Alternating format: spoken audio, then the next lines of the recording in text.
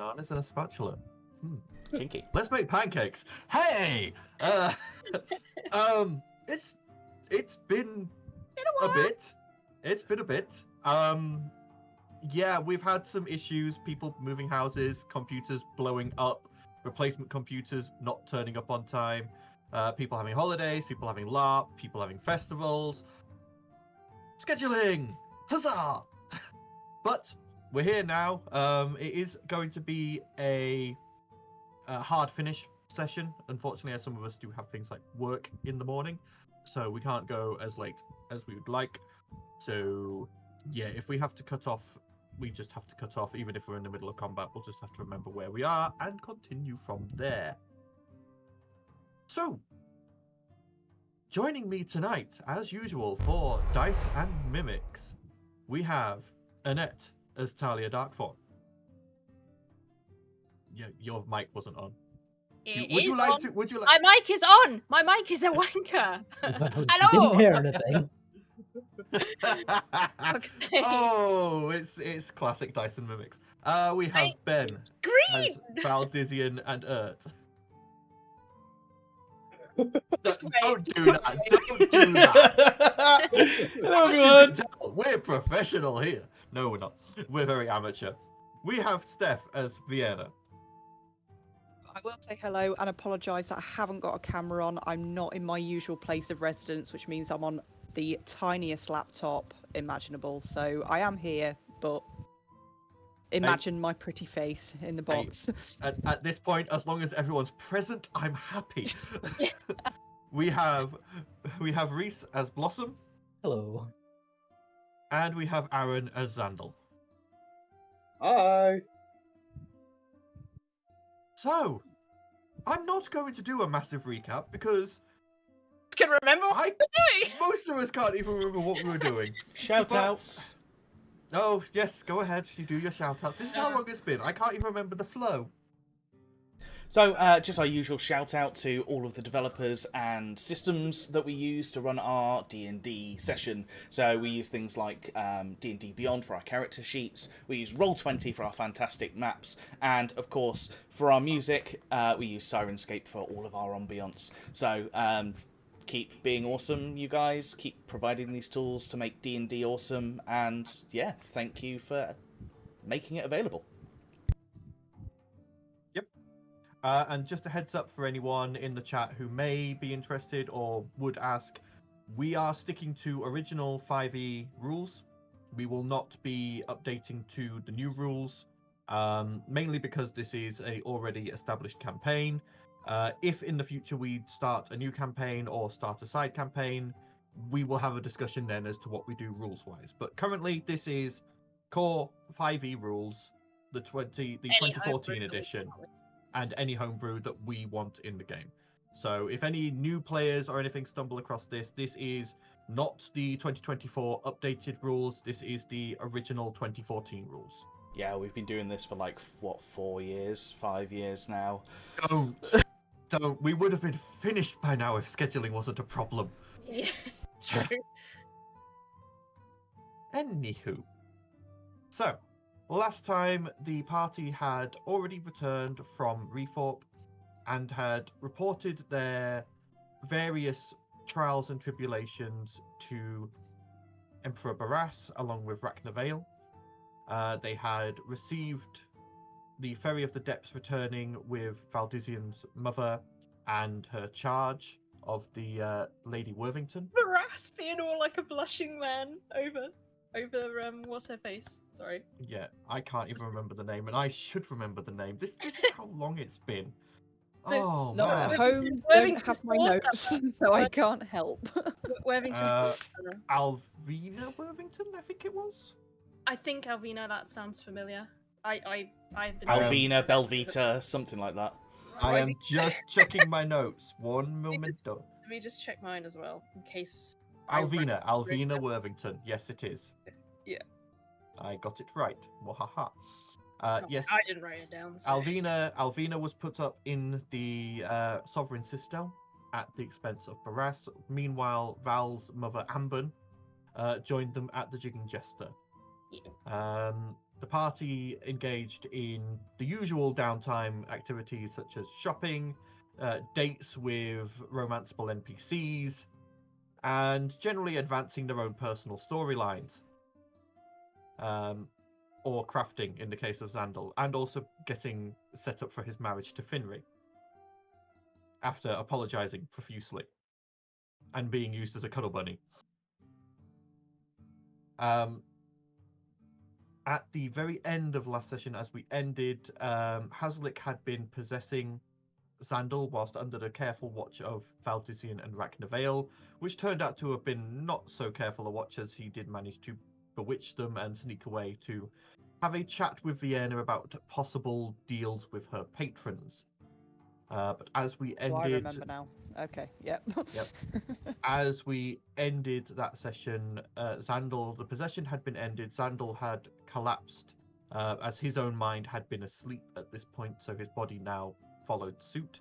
And Valdizian had bid farewell to Raknavail, who had left to go about his own business. And you are all free as the day dawns in Maham.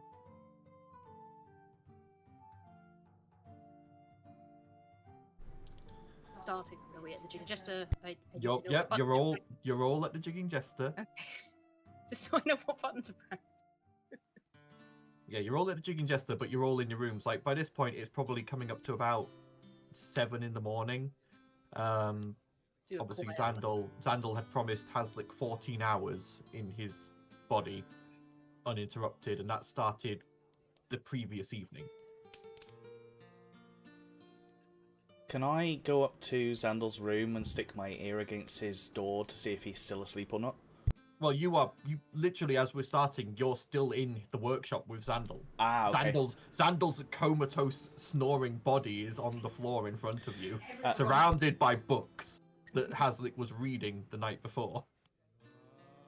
In that case, I'm going to carry Xandal to bed and put him in his bed, but not before playing a little prank. I'm going to grab a sheet of paper out of my pack and some red ink, and I just want to write a note saying the Bone Claw says hello, and just put that against his chest whilst he's sleeping. Okay, go ahead and roll me, I'm going to say, sleight of hand to see if you can place this A, securely enough it's not going to float away, and B, carefully enough that you do not wake Xandal. 11. You manage to, you sort of like gently lift an arm and tuck it under. You don't wake him, but he does sort of like jiffle a bit in his sleep. You're not sure it's going to be there when he wakes up. It doesn't look the most secure, but you don't want to risk adjusting it now just in case it does wake him. It is one of the ongoing jokes that Val keeps playing on, keeps bringing up to Xandal, so it's kind of in character. Yep. Okay. All right. As the rest of you rouse from various slumbers, rests, meditations, or I believe in Vienna's case, probably pulling down yet another creation of crochet that she had attempted, you hear down... Oh yeah, I forgot I was doing that as well. Yeah, you were trying to learn because you bought the creating crochet hook. Downstairs, you can all begin to smell as the smell of like breakfast foods and percolating hot drinks start wafting up the stairs from the Jigging Jester, and you can hear the door opening and closing as the early morning patrons start to come and go.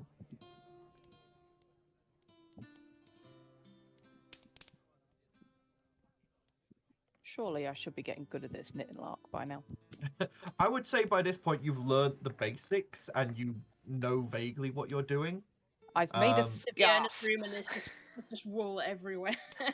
Yeah, I would say by this point you would be able to start attempting to make things with the crochet hook, but obviously I will be levying performance checks depending on what you make and setting the DC with your level of skill in mind. I think Vienna for now will actually put the crocheting down, because sometimes you just need to walk away from the thing and come back to it later. So Is it yeah, going to be she'll, the scarf that never ends? yeah, She's just going to keep adding to it. just one super long scarf that will double over as a rope.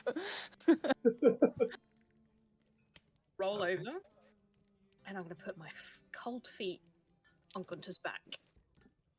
You do so, and he does not move, as he is a blue tiefling and thus has cold resistance. So she's going to pout and then lean over and bite his ear. You hear him mutter in his sleep, "Oh, very nice." Get He up, doesn't you wake. dumb- He just sort of like wafts at you and goes, "No, too tired." I'm going to shove him off the bed with my feet. Ah! And you don't hear him hit the floor. Get up! The bar is off. You see him step out of the wardrobe fully clothed. What? I'm up. Good. I want Wait, breakfast. you're still in bed. Come on. And he like drops into his own shadow and vanishes. I'll run downstairs and grab a breakfast ale from Rook. And wait for everyone to Rook- wake up. I'm assuming you get dressed first. Yes. Just checking. To be fair, you have to check it. It's Talia, yeah. Yeah. Yeah, Rook, as you get downstairs, you see it's not actually Rook serving the breakfast. Amber looks at you and goes, "Ah, good morning. Here." And she hands you a breakfast ale. He better be paying you. Well, he's putting me up for free. I'm just wanting to help out. I'm used to getting up early and doing things around the house, and Rook seemed to need a hand, so I thought I'd lend a hand. Making sure And you're there was something else I forgot was going on. Eh? It's been that long, people have forgotten who's Daddy where. Rook. Oh no, definitely. Wait a second. I'm going to down my breakfast Val ale. might get a new daddy. I'm going to down my breakfast ale and then march to Helisa's room to make sure that she's doing her training. Okay. As you march up the stairs, you see you are following up Amber, who is walking up the stairs carrying what looks like a small breakfast on a tray. What's that for?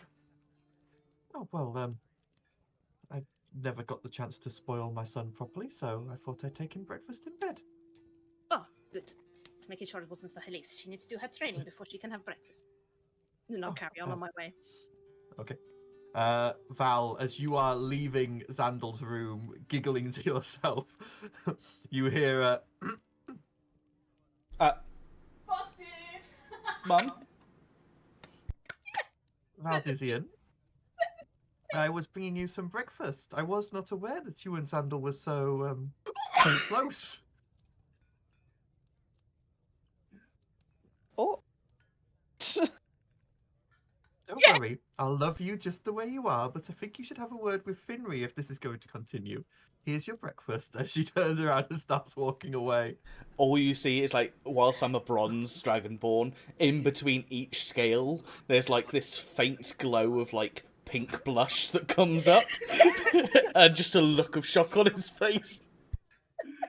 You can just hear Talia pissing herself down the corridor because she hasn't quite got into Elisa's room. Ugh. Before she kicks the door in and throws a dagger at the bed. As you do so, the dagger sinks into the mattress, which is empty. Helise is not there. Good. I'll quickly grab the dagger and then I'll go run down to where I think she's gone for training. Yep. As you we kill head Aaron? out. I think we did. Still up. Yes. God. As you head out to the back of the jigging tester, you do find Helise running through what looks like some dagger forms.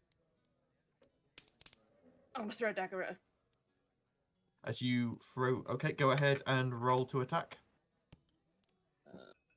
Oh god. The thing. Don't kill my sister. I'm gonna kill her, but this was how I was trained, so 27. 27. That definitely hits. Go ahead and roll damage. And this will include sneak attack. Fuck me!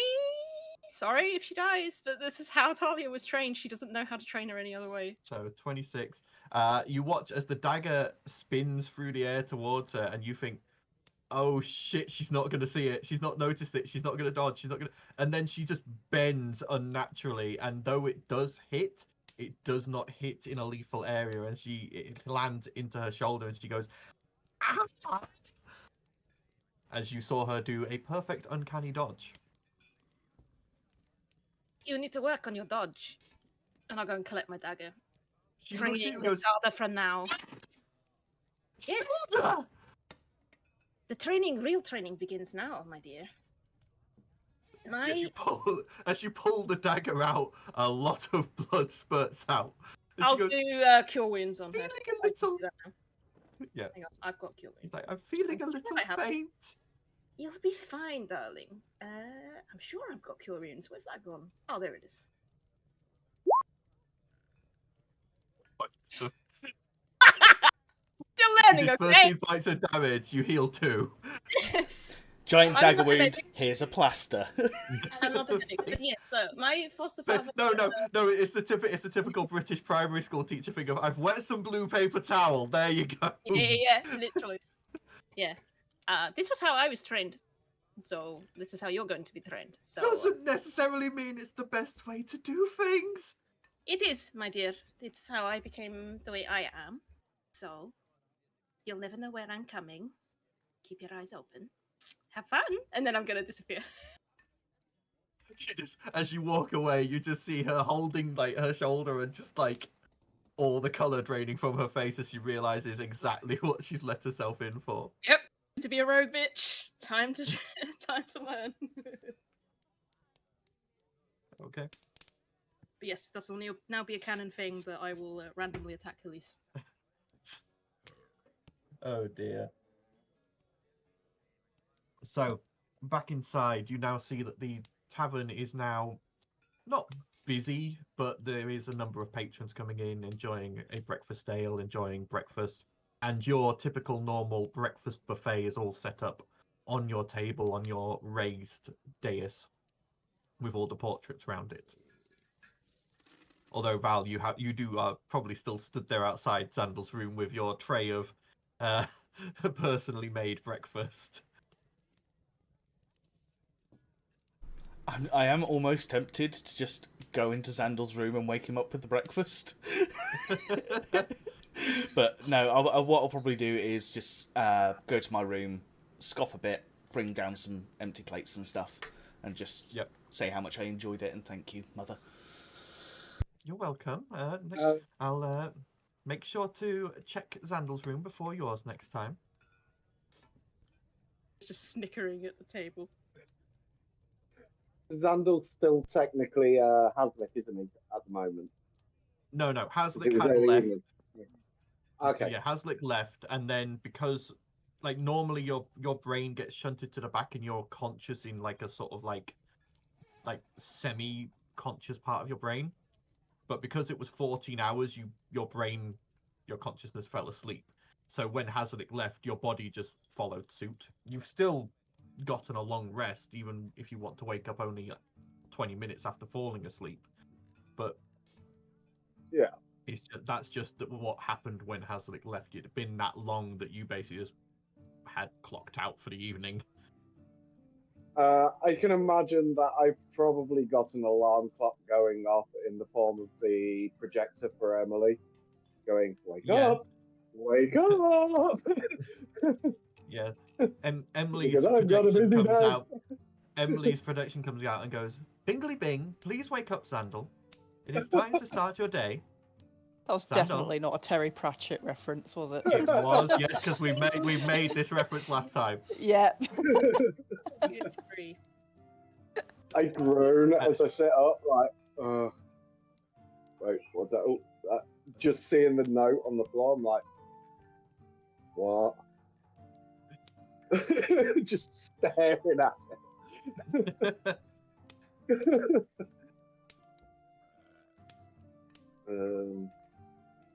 Emily, was anyone in Yes, here Sandal. last night? Other than you and Valdizian, no.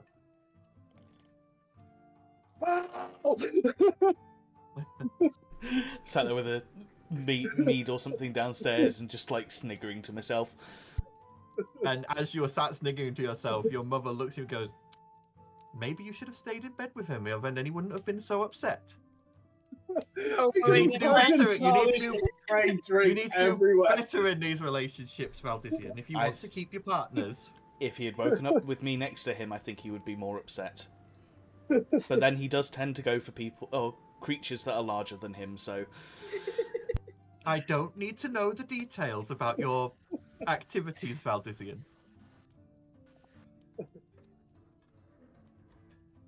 I wander downstairs, yawning. Yep. And as you wander downstairs, Amber stops you, Xandal, and goes, "Just know, I know, and I think you should tell Finri, but I still approve of you." And she walks away. I feel like I would pay What? you to tell Finri. I will pay you. Stand there like, what? She thinks you're sleeping with Valdisian. No.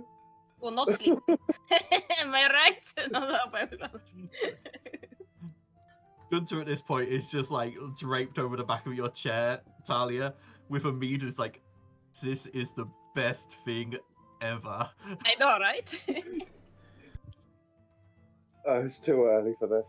I wander over and grab the biggest plastic pail I could find. Val's going to flip a coin, which I'm just going to use a d4 roll to flip a coin, because he's wants to know how to play something. Yeah, Val's going to lean into this idea that him and Xandal are sleeping together just for a little bit. You want to piss Okay. off Finri? Be my guest, my dude. Your funeral. So when Xandal comes to the table, I'm just like, "Oh, did you sleep well, darling?" You're all too energetic.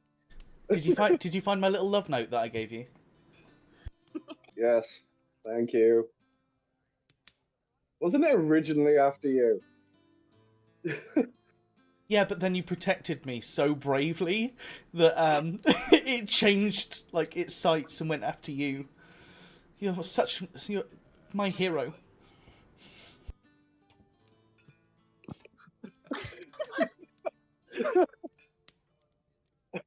Oh my god, where is Vienna? She's holding all of this. Vienna she was actually the first one down. She's actually sat in the corner, so clearly no one's noticed she's sat there watching. No one's see this realised it's scarf. Vienna because she's covered in wool. Yeah, I am now a tapestry.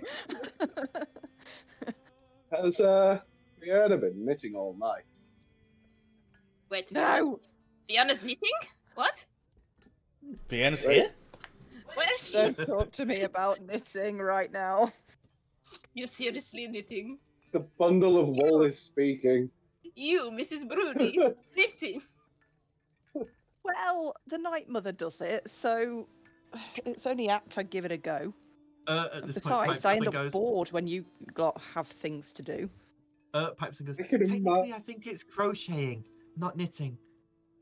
Oh, that's I right. can okay, imagine well, Blossom just I was- tying up the ball of wool that's rolling along the floor. you will see Blossom kind of stumble down the stairs, just flicking at the string as it's. Oh shit. No, not that Blossom, bit. stop it! Blossom, no! Blossom, no! I don't run at him with a spray bottle. Spray bottle. Spray bottle. Downblade. I was Yeah. wondering where that came from. Sorry. Imagine a Adomiat sat on the ceiling, like rather glad that it's not getting the attention. Yeah. Quick, find her some sushi. God damn it! It's been so long. I keep forgetting that Blossom's a girl. Sorry. But you all sit and enjoy your morning repast and a bit of light-hearted ribbing until the jigging jester door opens and a man walks in and goes over to Rook and talks to him for a moment, and then Rook points to your table. And this man turns, and you can see it is a elf. Young-looking male elf, dressed in road leathers, carrying a satchel. And he comes over and goes, "Good morning. Sorry to interrupt your repast. I'm looking for a Xandal." Buddy. Yeah. He reaches into the satchel, rummages around for a second, and then pulls out a letter and hands it to you. There you are. Delivery for you. Oh, Thank you. You're welcome. He turns and I pay the guy. walks off. He's already been paid. You. Okay. Yeah. I open the letter. Better not be love Not letters from reading. somebody else, Sandal. You open the letter and you immediately recognize. As you open the letter, you recognize the seal on the back as the Gold Hill seal. oh. And as you open it and begin reading, it is a missive from your father. And it is requesting either your reinstatement to the family, the return of Halise, or your assistance in unpetrifying your brother. My face paled. As he details that both your brother and a member of the town named Miss Polly had been found turned to stone after the chaos of what seemed to be some sort of attack by monstrous toad-like creatures. Haslick. You hear a tired, yes. What is it? What wards did you put over my brother and Polly? You merely requested that they be safe from the Slard. I made sure of it. You turned them to stone. They cannot be wounded in that state or infected by Slard. They can be smashed to pieces and destroyed. They can be smashed to pieces. Well, as long as your father had decent enough guards, I'm sure they would have been fine. You merely requested that the Slard not be able to harm them. Slard would not even look twice at a statue. They don't care about them.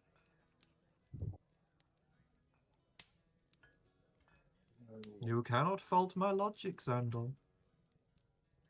I fulfilled the words of our bargain perfectly. You did not state in what form or shape they needed to be when the attack was over. You merely said they had to be safe. All that needs doing is someone to cast the correct spell to reverse the petrification, and they will be fine.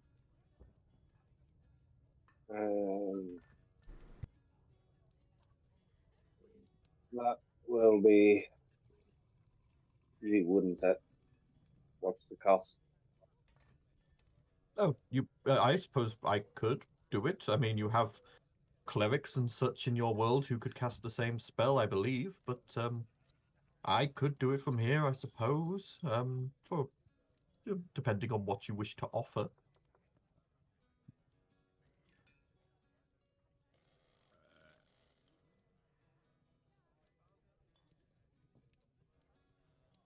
Xandal, what is it? Have you fucked up again? I hand over the letter.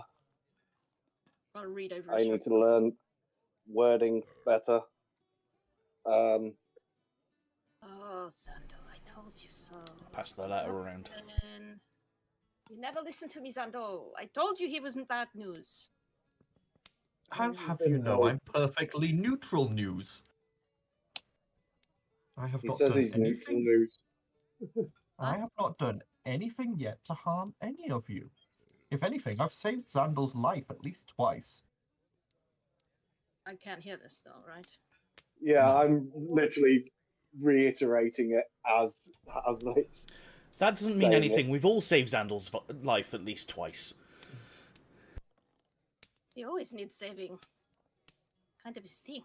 I mean, one time I turned into this jelly-like thing and kept jumping out of boxes, like, you know. Yes, I but I've don't also remember that. assisted you. I was just amazed at that. You need to realize that he is smarter than you, Xandal. The lady's not wrong. Like it or not, he's going to outsmart you. You can't outsmart him. I told you this.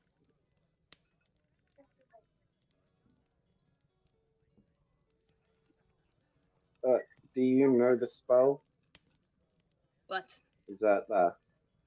It goes, yeah, I could cast that, but I would need a bunch of diamonds to be able to do it. Should have a few. I'm sure I've got one on We my. have enough Uh, diamonds for 10 revivifies. Yeah, I'm we pretty have- sure I've got a diamond on me. Pretty sure even I've got a bunch of diamonds knocking around somewhere. And there's diamonds in so the yeah. book. I know that we've got a load. We're good. Yeah. I We need- good. I need 100 gold pieces worth of diamond dust. Should be doable. Wait, I thought you said you needed a lot. I mean, I can create the dust. That's not a problem. One If you've diamond got worth the 500 diamonds. gold I have on my person, and I like pull out a diamond between my cleavage. See, told you I had one. Tucks it back. I've got my defibrillator, which is 2 diamonds worth. And I can. Well, like, I've got heal. a few 300 worth of diamonds, so if we want to make one of them into... Well, you're like really else. clever, Xandel. Why are you relying on him for shit? Like you can, you're smart. Not as smart as him, but you're smart. Like you could figure shit out. Stop relying on him. You have no confidence in your own abilities. Yeah, but I can't move from place to place instantaneously. I mean, the ship can now. Just saying. Yeah, but my hometown's landlocked. Landlocked, smandlocked.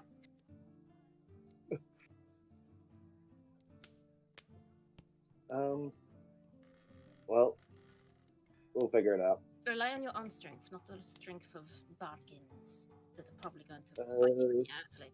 Speaking of which, has anyone seen where Elise is? She's recovering outside. I might have thrown a dagger at her. Why? She wanted to be trained. She's getting trained.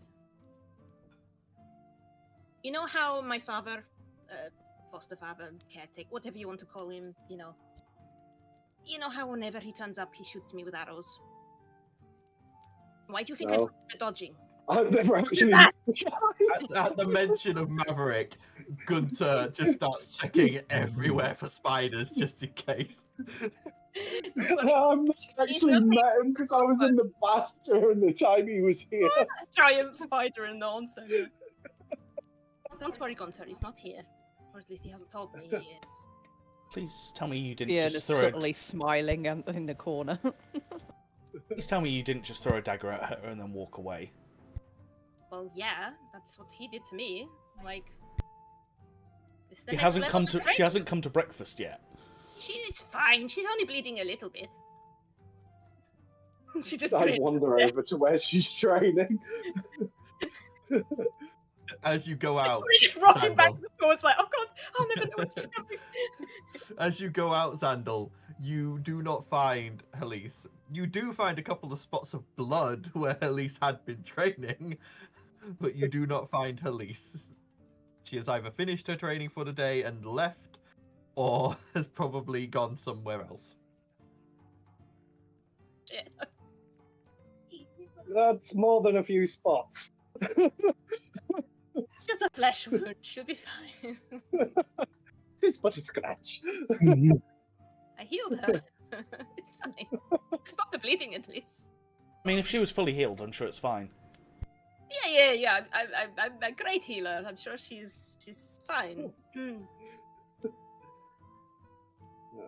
Just starts drinking my ale. I'm not looking at him. I sort of like return back. I grab some bread, and I'm like, right, I'm off out. I'll catch you all in a bit. Are you going? And I head off. I'm going to Finbury's. Oh, good luck. Say hi to Finry for me. What well. is the plan for the rest of us today? No, I haven't really thought that. It's been a while since we've had some free time. Want to go shopping? Wait, no, you guys already went shopping and I don't really have the money. I don't know. We could go have a wander. You know, there's many districts. We could see how that father I gave all the food and drink and money to is doing. Yep. Or go down by the market. I know which father you mean. Father Donegan, I want to say, or something like that. Wait, I have taught you the thieves' cant word of the day. Remember, I'm teaching you all thieves' cant.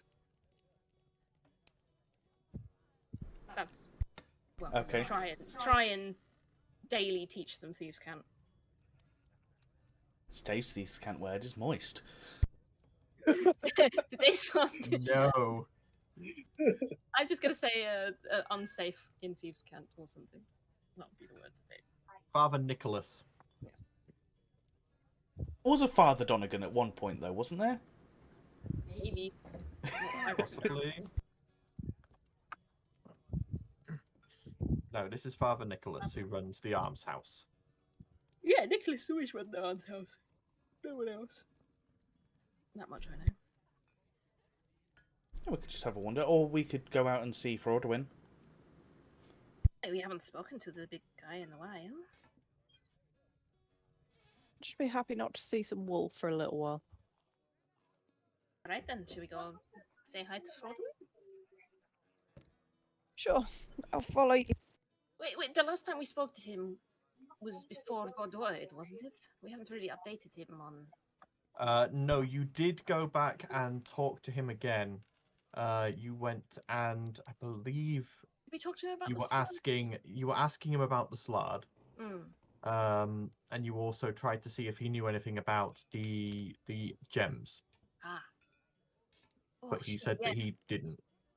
Gems. I need to go to the library. Actually, I should be doing what the Raven Queen wanted me to do. I'm gonna go to the library. And then... Vienna kind of says, I think I did talk about going to the Jade Library at one point to see if there was anything we could find in that very vast library that might give us some more information. We did kind of tell the Sphinx we'd come back and visit, so and we can kind of do that now, and it would be very instantaneous now the ship's leveled up. Just throwing it out there as an idea. Okay, those for Frodwin, raise your hand. We could always split up. That never ends well. What's the worst that could happen? Well, Okay, who's going to the Jade Library? was the Jade Library the one that I couldn't go in? Yeah, the one where you ended up sat outside in a storm whilst they were all inside. Was it I a hope not question that. or a quiz or something? We can leave the Jade Library for another day. I mean, if we this need time to. with Blossom, you could stay on the ship rather than sitting on the dock. Thinking right True. I need to do research into these gems and shit. Like, we're running out of time in that aspect. I kind of need to know what the fuck they are. And why the Faceless want them. And why they already have 3 of them. Which... Yeah, 3. It sounds like that's probably the I need one to to know go what the other for 2 then. are. Well, I could we go know and... where they are, don't we? We just don't know what's so important about them. Or do we know? Yeah. I don't If I remember correctly, I think the last time we went to the Jade Library, the reason we didn't find anything was because our dice rolls were so bad. So There was time I that. tried to find out anything about it, our dice. Yeah. There was that, and there was also the fact you only accessed half the library. Yeah. You were told that the library extended both up and down. Up was all good knowledge. Down was all evil knowledge. You And I only think we might you need only to look took at the the evil trial. knowledge. You only took the trial for good, and went up. You never took the secondary trial to try and go down. Okay. Why don't we go to the library in Maham first and have a looky, see if we missed anything, and then if we don't find anything, then maybe go to the Jade Library. Okay. I don't mind going to Fraudwin on my own. Well, I don't think there's really much Throdun would know about them, but No, just to give him an update. sure. You sure you want to go on your own? Maybe you should take Earth with you. I Do you can fancy? go. Yeah. Yeah? Yeah, I don't mind.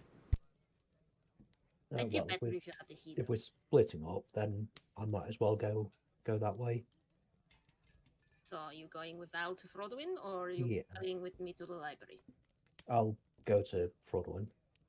Okay, so Okay. Awesome. Listen, got to Frodwin and update him on things. Vienna, are you joining me in the library? Did my mic not work? No, I heard Sorry, you. no, that was my mic. I Okay, turned it cool. off. Yeah, I'll join you in the library. Okay, let's go. Okay. So, as you all set out and head your separate ways, we're going to start with Xandal. Xandal, as you make your way through the Gateway District, heading towards the Halcyon Heights, where Finri's father's estate is, make me a perception check, please. Okie dokie. This is going to be really good, isn't it? Oh, not bad. Okay. As you are walking along, just sort of like thinking to yourself and planning what you're going to, A, say to Finri, and B, probably also in the back of your mind, you know, general plans and schematics and next steps for finishing off Hagar, Emily, and other projects. A flash of movement in an alleyway catches your eye. I look over to it.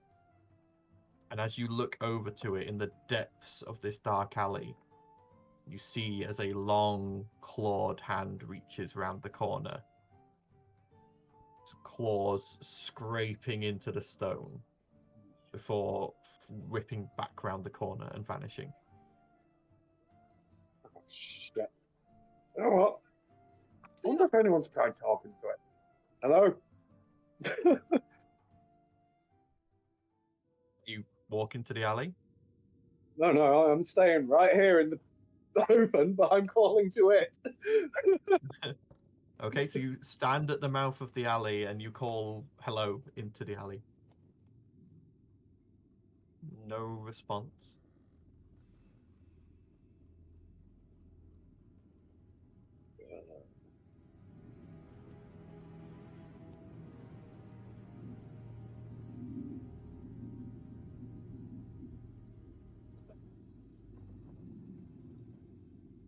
You're not trying to kill me at this point, and you have saved my life once.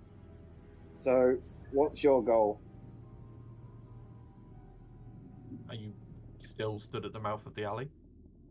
Yeah, I'm not stupid. He's on his own. Exactly. Jesus. Again, you don't hear any words or a response, but you do see just briefly that haggard, skull-like face peer around the corner, one red, burning eye glaring at you. This thing's owner is a woman. I'm screwed.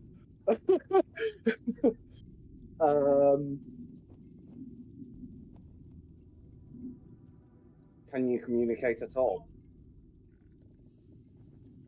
You watch as its lips part and stretch unnaturally wide, revealing the jawbone and teeth underneath as it clinks open, and you just hear, yeah. Just whisper down the alley.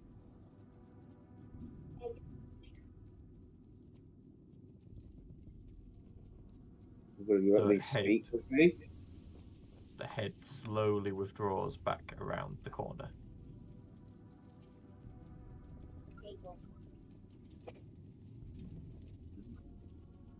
What do you want? Make another perception check, Xandal. Okay. This one's not too not too good. 5. 5. You stand there for a minute. No sound. Nothing. No sight. Nothing to say that it's left or is still there.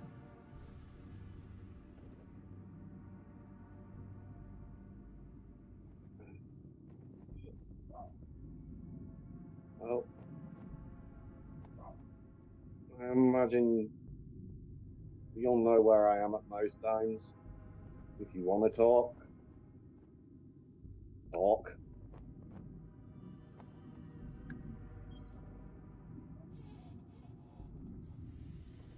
I sort of like hesitate for a moment.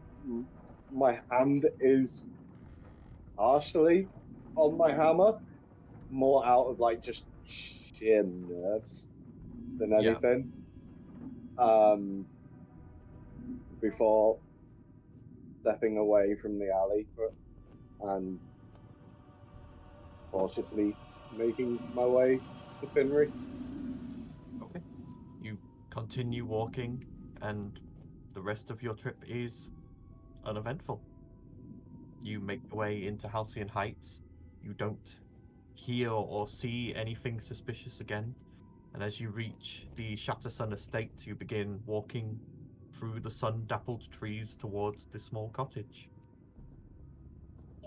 I knock on the door. As you knock on the door, you just hear the faintest scratch, as if of a blade on wood. Finry? The door opens and Lord Shattersun's there and he goes, "You're that impatient to see my daughter? Calling out for her? I mean, good, but at the same time, a little strange." Yes, sorry, I've not had a great night. There was a sound and it just threw me a second. Sorry. "Oh, that's all right. Come on in, Zandal." And then he turns around and calls out, "Finry! Zandal's here." Let's step in. Okay. As you go in, Lord Shattersun sort of heads off. You assume probably back to his office, and Finry comes running down the stairs dressed in a lovely house dress, sort of plain creams and whites, very homely. And she smiles as she sees you and goes, "Ah, Zandal! I wasn't expecting to see you today. This is a nice surprise." Yeah, I've got a bit of time before we end up on some random quest around the world. So I thought I'd spend a bit of time with you. Perhaps look at things ready for the wedding, make some decisions together. "Well, you are earning some brownie points. Well, come on in. You can have a look at some swatches for dresses with me." Okay. And as you step further into the house, all thoughts of the Boneclaw banished in this homely, safe space. And you lose yourself in talking with Finry and planning your coming nuptials. Yeah. Right. Moving on, we will now go to Talia and Vienna. As you step out of the Jester and begin making your way, I'm assuming you're going to Ogma's library, I believe it is. Just double check. Yeah, Ogma's study. Okay. As you begin winding your way through the streets and just generally seeing as the Gateway District begins to wake up and come alive around you, you see wagons and people arriving through the main gate. You see shops and stalls beginning to open, and just the general life of the city beginning to thrive. Eventually you come to the large columns and open doorway of Ogma's study with the tablet of a scroll above the door. It's etched into the stone. And as you enter, the sounds from outside are muffled by the magic of this door on the doorway. And you see down below the rows upon rows of bookcases, scroll cases, and other various forms of the written word, with that usual sight of the front circular desk with the index column behind it and the two scribes stood behind it.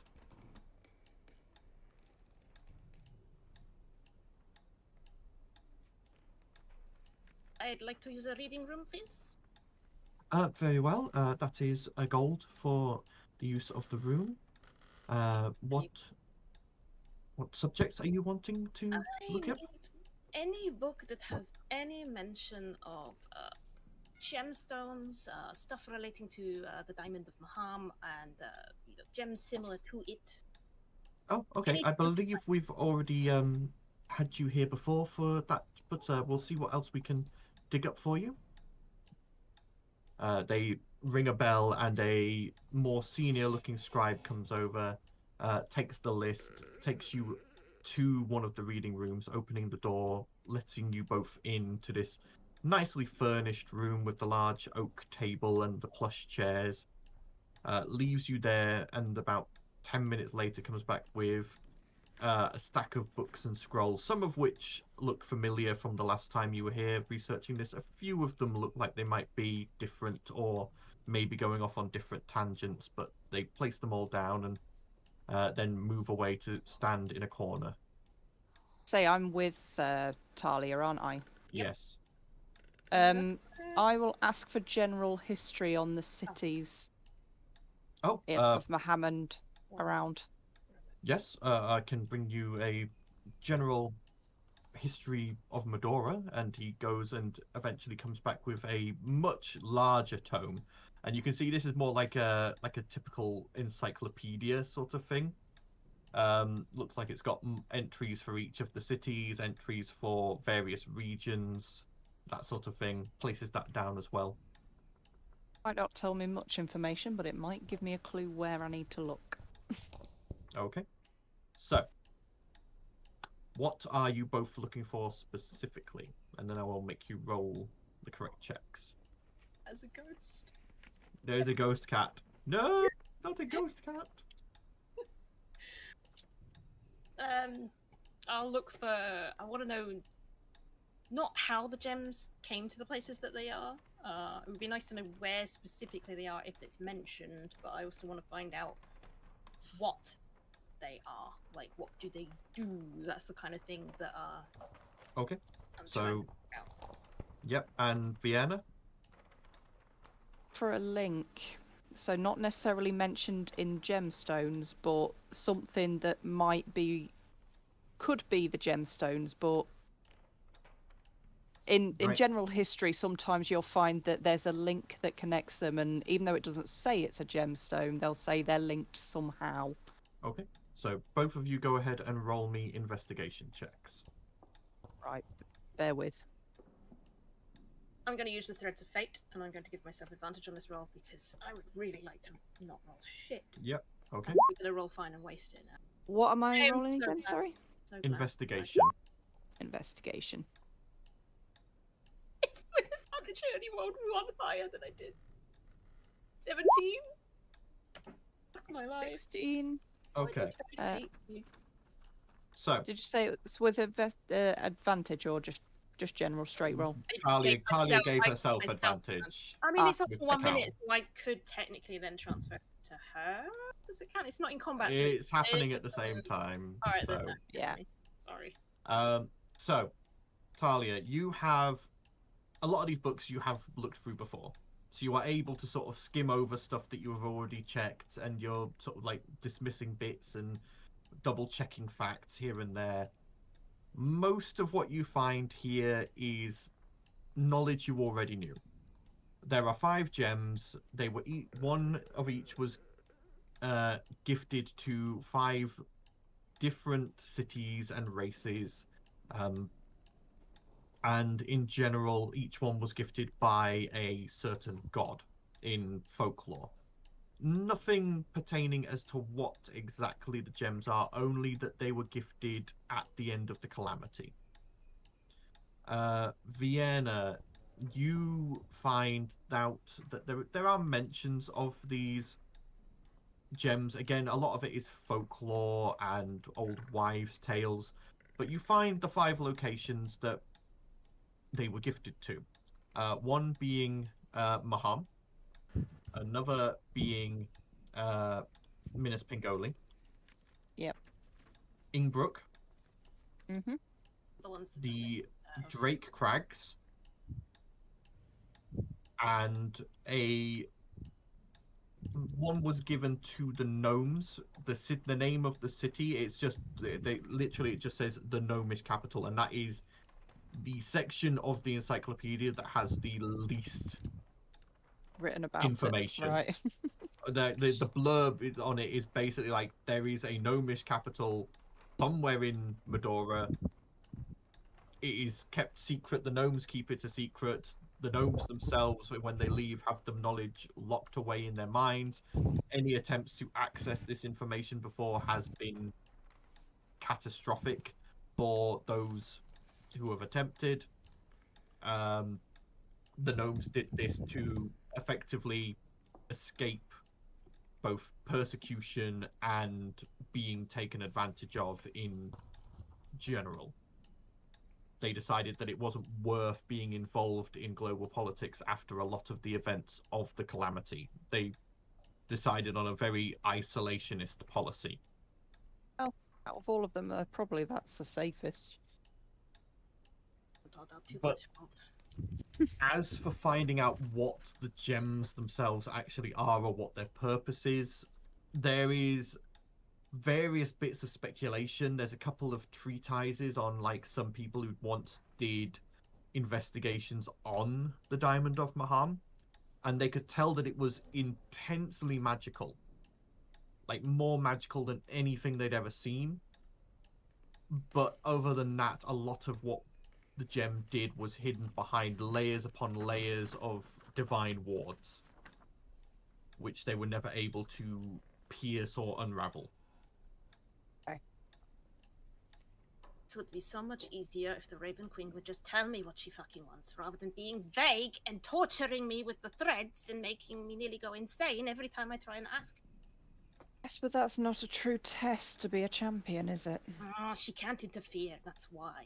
She has to be vague. I have to figure it out on my own, but the only problem is I'm an idiot. And apparently can't find what I'm looking for in any of these books. Imagine what chaos we would be in if we could just get the answers straight away from our patrons and gods. Like channeling old crone, like coming up with all these like wise words. I mean, when you start knitting, you're literally getting old. How old are you? I'm in my 70s. I'm barely out of childhood at that age. You're just a kid? Really? You don't act, you don't look like it either. They're rocking up and down. Imagine if it was not me. Imagine someone much, much worse. What do you mean? Gods have to, and patrons, they have to answer to everyone who asks for things. It's better that they spread these riddles and hardships. And then the ones who are worthy get the answers. If some general idiot just asked for an answer, or I could always use sanity and talk to her again, but I'd be mad enough as it is. You know, I don't know how many lives I've had. For example, where we've just been in Rethorpe. Imagine all of those. Imagine all of them people having their prayers answered. We'd all be dead because we're, you know, not exactly. Human. So glad they didn't. We could try the Jade Library, I guess. I think this is the only hope of ever actually researching any answers. Like, seems to have everything in there. But I mean, it's going to be a bit of a travel. We didn't. I mean, the ship's been there before, and I'm pretty sure it can return to places it's been before. I'm sure Bosun said that. We'll ask him when we get to the ship at the dock. Okay. The scribe comes over and asks if you are finished with the tomes and scrolls. Yeah, I'm not going to find anything in them. Take them away. Very well. Is there anything else you'd like to research, or are you done with the room? Do I get a partial refund for not using it for the full hour? No refunds, unfortunately. What else can we research, Fiona? We should get our money's worth. I'm joking. We're going to the Jade Library. You can have the room back. Very well. He escorts you out, locks the door behind you, and leaves you in the general access library. Should we go visit Blossom then, or should we meet up with the others? Yeah. Do they want to go, or? I shouldn't think. It's Val, just a library. Us girls can look after us. We'll be fine. Let's go. What's the worst that can happen? Okay. As you two go to leave Ogma's study, as you are heading towards the door, you almost run into a figure who's entering. As you see Grifter stepping through the doorway, and he goes, "Oh, hello, Talia. Hello, Vienna. Sorry, I didn't mean to nearly run into you there." Going into the library. You learning to read? Good boy. Well, yes, and Miss Wilmer said that it was good to do some self-study as well. She can't teach me all the magic. I have to do a little bit myself, and there's a couple of scrolls for cantrips that are generally available. So I thought I'd go and have a read of those. Good enough. Good idea. Feed that eager mind of... Yeah, I don't know where I was going with that. Have fun. Okay, thank you very much. And he steps inside and scuttles off, heading into the stacks. Joy? Okay. So you two head out of Ogma's study and out into the city. Moving on. Valdizian, and Blossom. Yup. How are you intending to get to Frodoim's cave? Well, as far as I'm aware, we still have some horses at the Chicken Jester. And Yes, I can summon Artax. Okay. So you get the stable hands to prepare some horses for you. You summon Artax. And you head out through the Gateway District, down into Grimhaven, heading for the Eastern Gate. Making your way through the streets. It is uncommon to see people riding horses within the city proper. So you do draw a few looks and a few gazes, but nothing untoward, just the sort of thing of like, oh, I wonder where they're going, that they need horses in the city sort of thing. But as you sort of trot along and head into Grimhaven, I need you all to make me an insight check. Okay.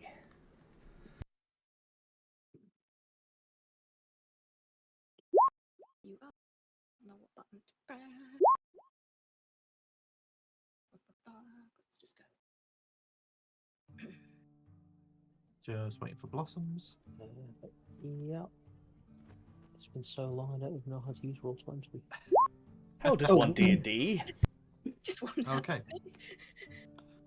So Val, you are very busy sort of rebonding with Artax and catching up with your celestial steed, that you don't really seem to notice anything. However, and Blossom, last time you came through Grimhaven, though it was starting to improve and become a bit nicer due to Barras providing actual services to the poor and trying to improve their lot in life, there was still this air of, not despair as such, but there was this air of that this still wasn't a safe space, that you had to be sort of on guard. You like sort of thing where you kept your hand on your coin purse or on a weapon, and you knew that it was unwise to venture off sort of the main streets. Now there is a very different tension in the air, and Blossom, you would be able to sense it best.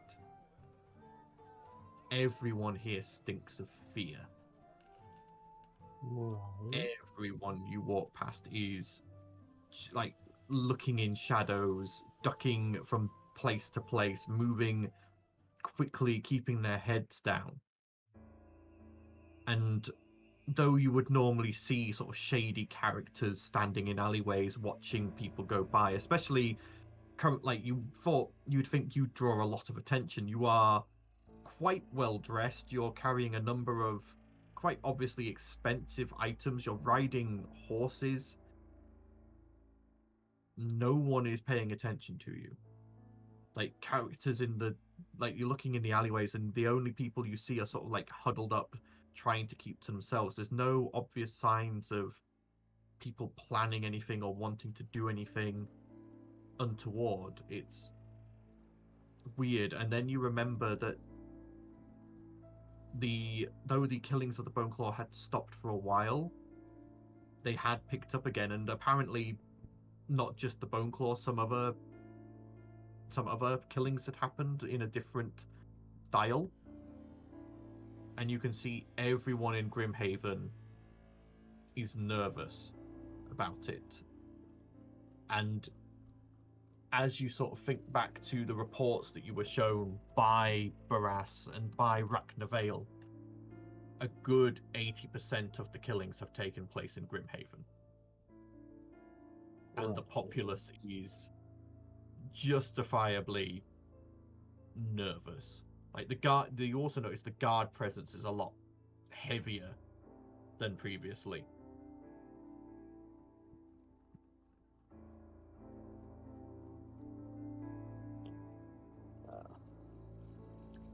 Yeah, Val on the other hand is just having a happy ride time. Be right back. This is my horse. My horse is amazing. Yeah.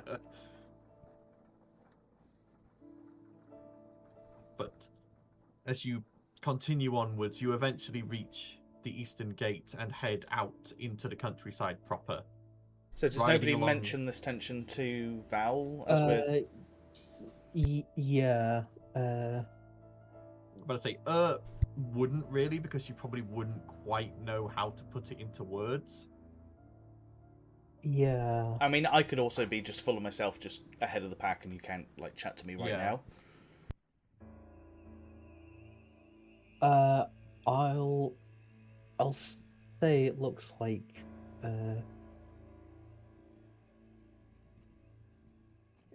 things are getting worse here. Really? I slowed down a little bit to just come and line with Blossom. Yeah. Comes up and goes, yeah, everyone doesn't look comfortable. As I've slowed down, not so into my horse. Not in a weird way. Can I take another closer look around? I've been to Grimhaven a fair bit. As they're pointing it out now to you, you start noticing this same sort of thing, this tension and fear in the air. 2 seconds.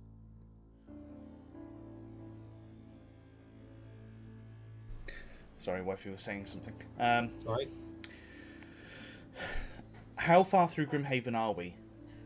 By this point, I'd say you have probably reached sort of the road where you would turn and head down towards the gate. So you're just going past the Iron Bastion.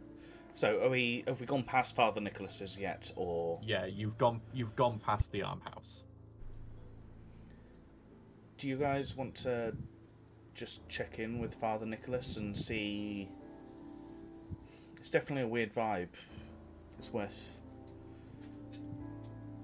seeing what's going on, whether there's been something more that we don't know about. Obviously we're up in the main district rather than in some of the slum areas. Or we can keep going to Fraudwin. It's up to you. I mean, we could always do it on the way back.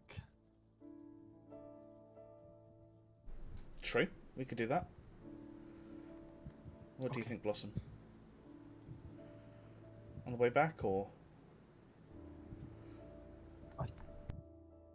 I think it's worth asking now if it's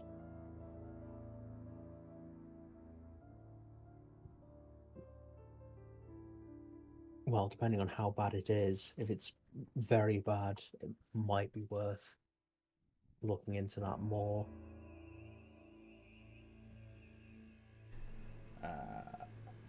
Whilst I'm here, can I just drop detect good and evil. Do you want to detect good and evil, or are you divine sense? What's the difference? I can't remember. Divine sense is the paladin feature. Any undead, celestial, fiend, or something else within 60 feet, I think. Detect good and evil is a spell, so it would cost you a spell slot. I'm doing the paladin version of my actions. So yeah, the divine sense. Okay. Just as we're like leaving Grimhaven, just to give me a steer of whether I need to come back or not. Okay. As you are just about to reach the eastern gate, you focus inwards, reaching into that core and extending your divine power outwards in almost like a sonar. And you immediately, from a nearby alleyway, get a blip of undead. Mortimer, are you there? Mortimer goes, yeah? What's up? I think you might be needed soon. Well, I'm always here by your side. I know, but sometimes you've been a little bit distant down a corridor because of magic woo-woo shit. So, I just wanted to make sure you were still there. Nope, definitely here. Mom.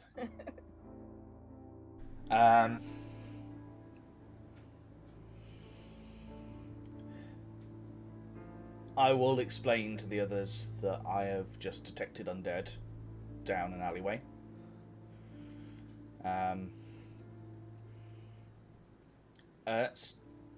Can you do a quick send to the girls? Yeah. I can send something to Talia, yeah. And probably Xandal as well. Just to explain where that. we are, what we're about to investigate, and that we probably need backup. Okay, I can do that. She mumbles and quickly casts first to Talia and goes, in Grimhaven, Val detected undead, alleyway near gate. Might need help. And she sends that. She then repeats the sending to Xandal. Talia, just as you are exiting the study and sort of making your way through the streets, you receive that message. And Xandal, just as you are sat with Finri discussing the difference between frosted flowers or icing flowers, you get that sending.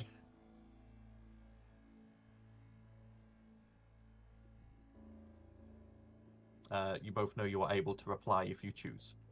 I'll touch Vienna's shoulder and be like, wait, we might have a change of plans. I just received word from something's going down in Grimhaven. They might need backup. Closer to home. Let's deal with that problem first. We'll make our way there, and then I will message back and just say, rightio, on our way. Okay. I'll respond with be there as soon as I can, and then inform Finri of what's going on. Okay, Finri goes, that sounds a bit serious. I'll understand that you need to go, but thank you for coming, Xandal, and do be careful. She picks you up and gives you a kiss before seeing you to the door. Finri's not coming with? No. I'm Paladin. She's like fucking ASMR. We could do with an angel's backup. Well, I was close. There you go, Xandal. Go and die. I'm not going to back you up. It's fine. She knows he's going to meet with his friends. I mean, we saved the world multiple times. Why wouldn't she trust us to protect Xandal? Even though We've also eliminated multiple cities. Yeah. Yeah, as I leave, I shout back, love you, I'll see you soon. Basically, go as fast as I can. Yeah. Okay. All right. Okay. In the meantime, Blossom, Valdizian, and Ert, what would you like to do? I'm gonna get off Artax, keep him up, probably gesture to the other two to potentially tie the actual horses up somewhere, and then slowly approach the alleyway. Okay. I'm not gonna lie, I completely blipped for a moment, and I definitely heard fartax instead of get off fartax. Yeah. I was like, what? Get a Oh, yeah. fartax. Yeah. Yeah. Oh dear. It's magical axe. When it strikes, it acts automatically cast stinking cloud. Yep. Get us a fartax. I'll get Wilma to make one. Okay. As you begin stepping down this alleyway, heading towards where you sense this. I said going up to the alleyway. I'm not gone into the alleyway yet. Okay. As you go up to the alleyway, Blossom, make me a perception check with advantage. Cool.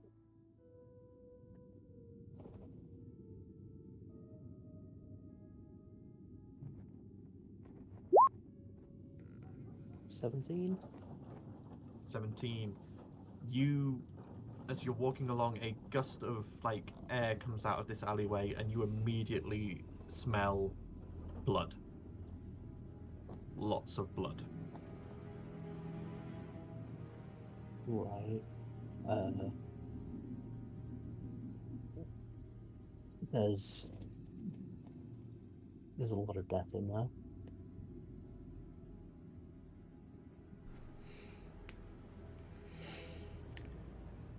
Is it just blood, or is the smell of rot as well?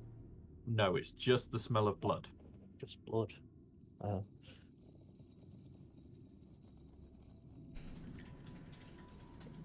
Val almost chews on the words before he says them, and he stumbles a little bit. There's a nervousness as he says it, and he's just like, I know you're there. And listens. As you listen, make me a perception check.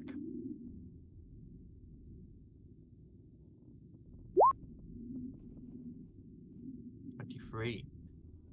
As you sort of listen, focusing in, trying to drown out the rest of the sounds of the city around you, you hear a whimper of pain.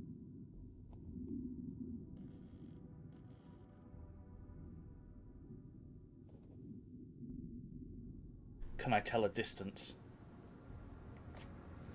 You know that Divine Sense is 60 feet. You walked about 5 feet to get to this alley. And you know it was very much on the edge of your Divine Sense where you sensed the undead. So it's at least 50 feet down this alley, whatever it is. And you can see this alley goes along for about 20 feet before curving, which is why you cannot see anything currently.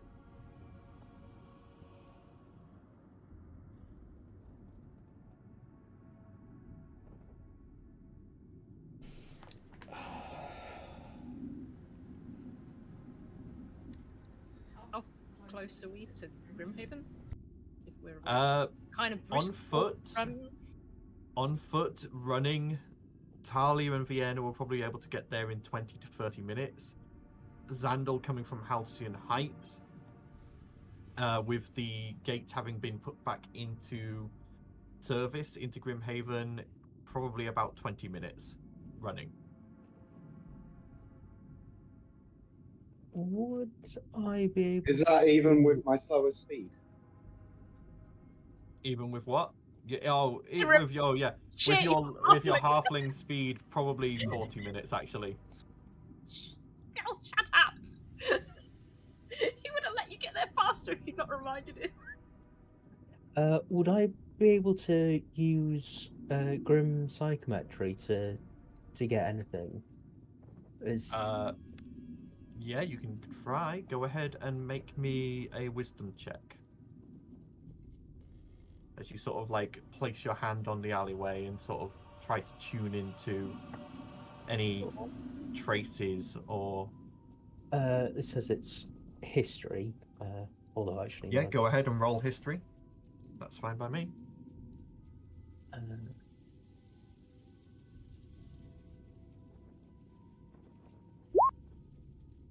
13. 13. As you sort of try to tap into this alleyway sort of essence, you get a lot of images coming back. It's muddled and like this. You're trying to narrow it down to sort of like the last hour, but you're trying to sift through almost a day's worth of psychic imprints and movements and tracks. You see blurry images of people coming and going from this alleyway. You see a woman, you see a child, you see a group of men, but you can't tell whether they all went in at the same time, whether they went in separately. You're not sure. Does it seem like there's a lot of the, I'm going to call it hunting, happens? I would around say here? you get a general foreboding presence, but that seems to be coming from everywhere, not specifically this alley. Like the fear and the tension in the air is infusing this whole district with just this foreboding psychic essence. Sure.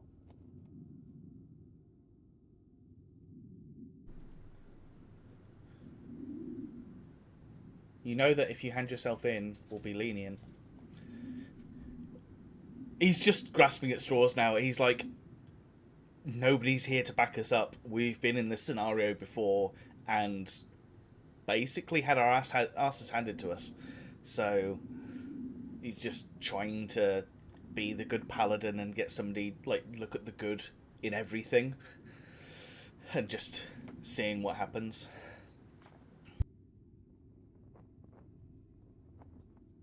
No response comes from the alleyway. Into my web, said the spider to the fly. Did the guys say how far away they were?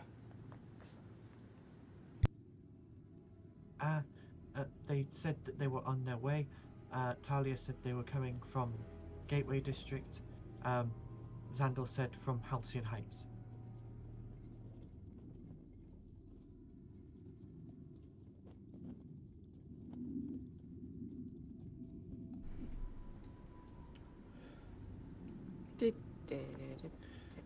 It's I don't want to drag you guys into battle if you don't feel like we can win this one.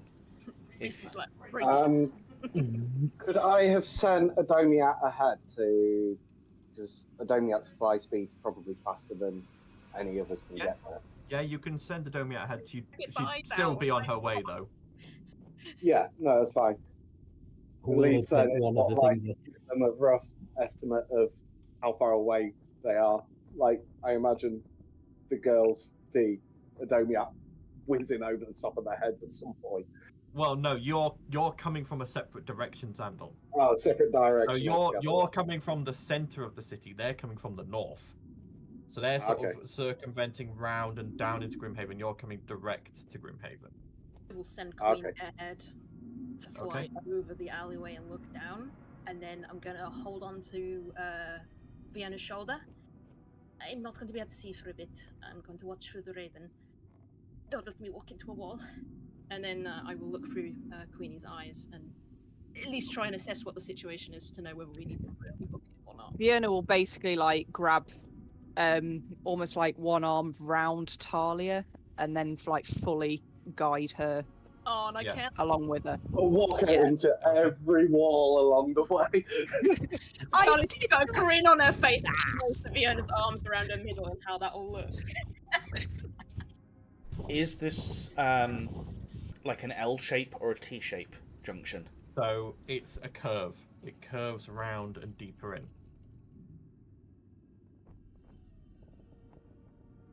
What are the walls made out of? Standard building materials? Wood. In down here, this is sort of slums. So even if I did breath weapon would just hit the wall because it's a curve. Yeah. Fuck. Figure out how to breathe around corners, dude. As you stand there and try to figure out what to do, you hear a thump and something comes rolling around the corner. An object, a small object. you giving us a heads up? Oh, The object stops, and as you sort of strain your eyes to look at it, you see a child's ball with a splatter of blood on it. We all float down here. Looks like it's roughly been stitched together out of scraps of levers. Okay, I'm loath to split us up anymore, but I have an idea. Blossom, can you find where the alleyway ends? Sure. Can you stay here, and if you see anything, can you bamf up Spirit Guardians? Yeah, I can do that. And I'm going up. Okay. As you begin to fly up, Blossom, you start heading off. Make a survival check for me, Blossom, to try and figure out where this alley goes. 12. These are slums. These alleys intersect and interconnect all over the place. Finding the actual proper exit is impossible. It's a rat warren in there. But you move down to sort of like the next opening that you think leads into this alley as well. Val, as you fly up. Are these going to be... Is it going to be a bunch of crossroads? Are all the alleys going to intersect?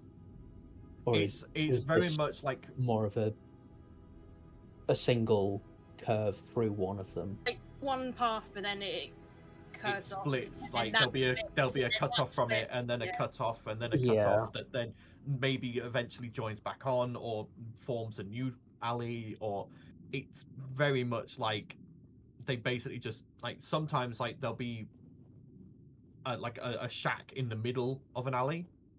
Like so where used to be an alley that went all the way through, someone's built themselves a house out of scrap wood and stuff. So now it's an alley that ends at a house and an alley that ends at a house that used to be a connecting alleyway. So it's very difficult to say where isn't an end of an alley. And there's also the fact of this is, or was, and probably still is, a place where a lot of thieves and con artists and that sort of thing make their home. So a lot of these alleys have secret passageways, hidden doors, things that like shortcuts, things like that. Like there's sections of wall that if you push on it at the right point, pull apart and you can duck through, and there's another alley behind it. This whole place has been turned into just a warren of alleyways and back streets, and you would have had to have lived here all your life and have spent days learning the layout to know where you're going. How much Val, time have we wasted? By this point, you guys have spent about 10 minutes. Okay. And then a raven just flies straight. Val plans on basically being a police helicopter.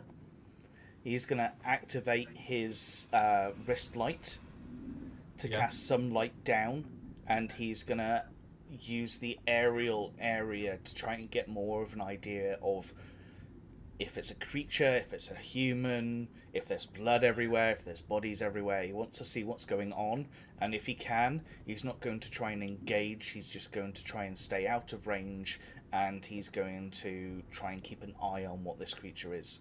Okay, go ahead and make a perception check for me. 23. Flying over, shining down with the sunlight, you look down into the alley. You don't see any creature or any humans, but you do see two small forms unmoving. And from up here, a lot of blood, and carved into the ground and then filled with the blood, the symbol of Armatae, a sword and shield.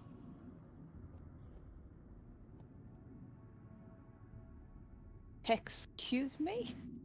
I definitely did not get chill down my spine, and all of the hairs just raised on my arm. Fuck! Shit, he's trying to fucking make us look like we're the killer or goading us or something. What the fuck? I'm gonna lower down a little bit. Still try and stay above the roof line, but just to try and get more of an idea of what's going on. And I'm going to do that bit by bit. I might go a bit further down depending on what I see. Okay. As you get close enough to the ground to begin making out details, you see 2 small children dead.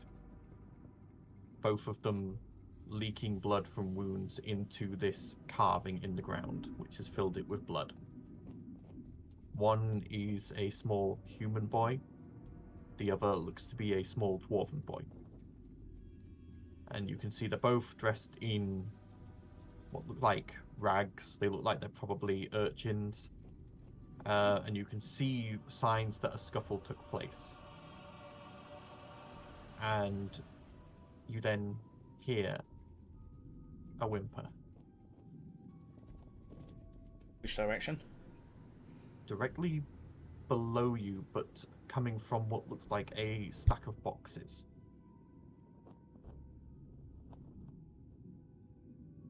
This is a bloody mimic. This is great. I'm fucking pulling it now, dude. A puppy. No, no animals are harmed. No. No. No. Divine Line. sense again. You use divine What sense. about rescuing one? You use divine sense. I want a pet. Nothing comes back. Completely clear. You're a bastard. Love it. Love it.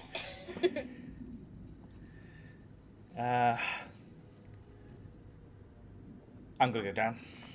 Okay.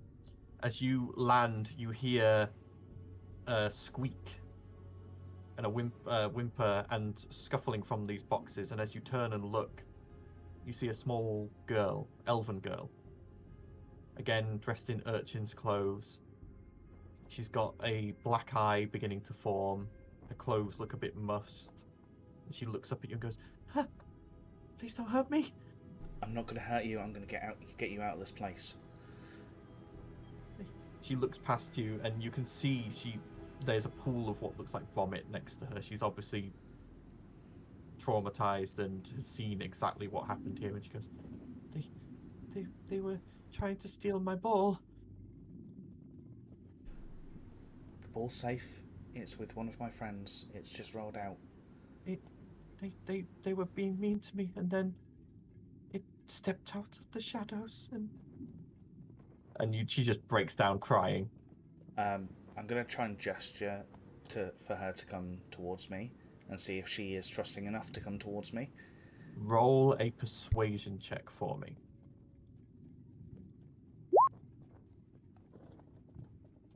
11. Okay. She takes a bit, but she eventually sort of comes out. She doesn't come directly to you, but she comes out of the boxes and sort of is trying not to look at the 2 corpses. I'm gonna cast haste. Okay.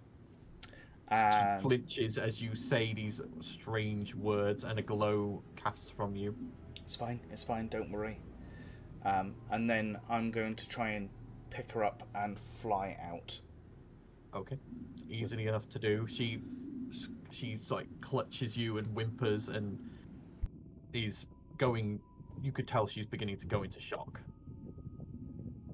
Can I, whilst I'm flying, put a couple of points of healing into her to try and reduce the shock?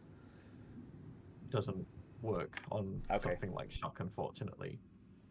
But you land back out on the main street as haste fades, as it only lasts a minute. Yeah, that's fine. It's at this point Queenie arrives over the scene and can see exactly what Val saw down in the alley, and she sees Val flying out with a small form clutched in his arms. We need to book it now. Go, run. And I'll Fiona's going, okay, I'm going quick. I'll come back and be like, "Did you copy Vienna?" as we run. Eating you, honest. Okay. Will Blossom be in range of the telecommunication rings? Yeah, she hasn't gone that far down. I'll just do a quick check-in, say, are you alright? Is everything okay? Yeah, I'll say the streets are a mess. I've no idea where I am. I'll have had Queenie just continue to circle and just like walk or just send me feedback. Yeah. Like, images periodically so I can keep an eye on the situation. I think whatever it is gone, but we've got a potentially bigger problem. We are being targeted, so it might be worth just coming back. Mm-hmm. Okay.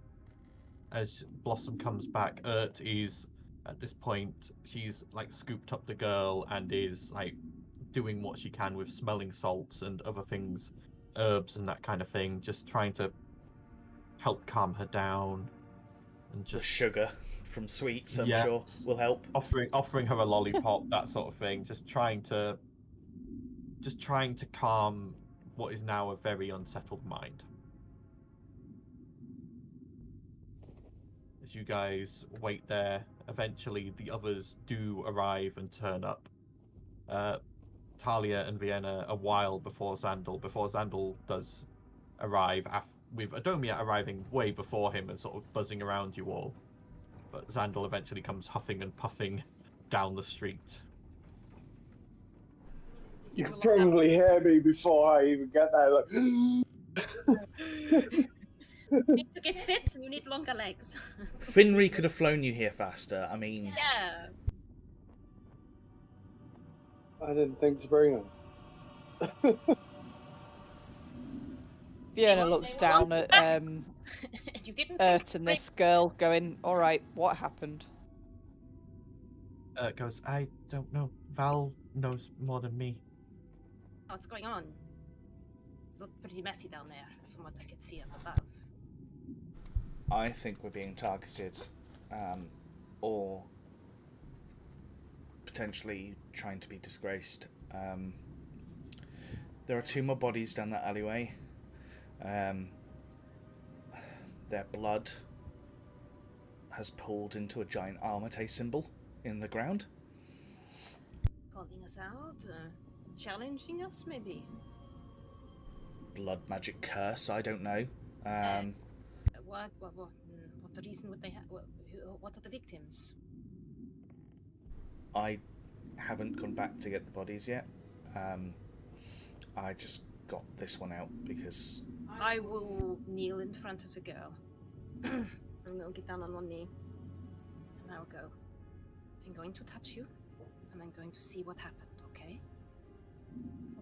And then I place my hand on her cheek and I look at her threads and try and get a vision of what happened.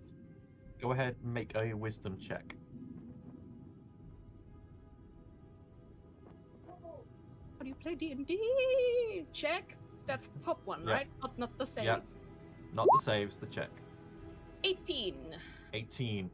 As you find her string of fate and hold it and flow your power into it, you find the correct point in time and draw yourself into it, and you feel as your power tries to draw you into the girl, but you fight against it, wanting to view this as an outside observer rather than as her.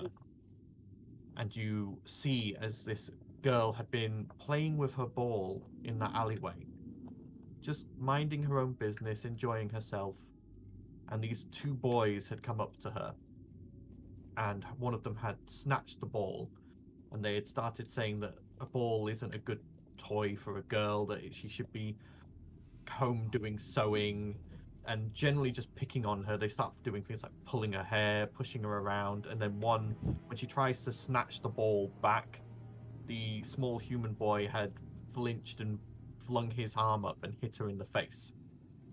You could see it was pretty much genuinely an accident, but he plays it off as like something he meant to do. And as she's slumped on the ground crying, staring up at these 2 boys as they turn to start heading off with her ball, you see from a shadow across the alleyway, a pair of glowing red eyes appear.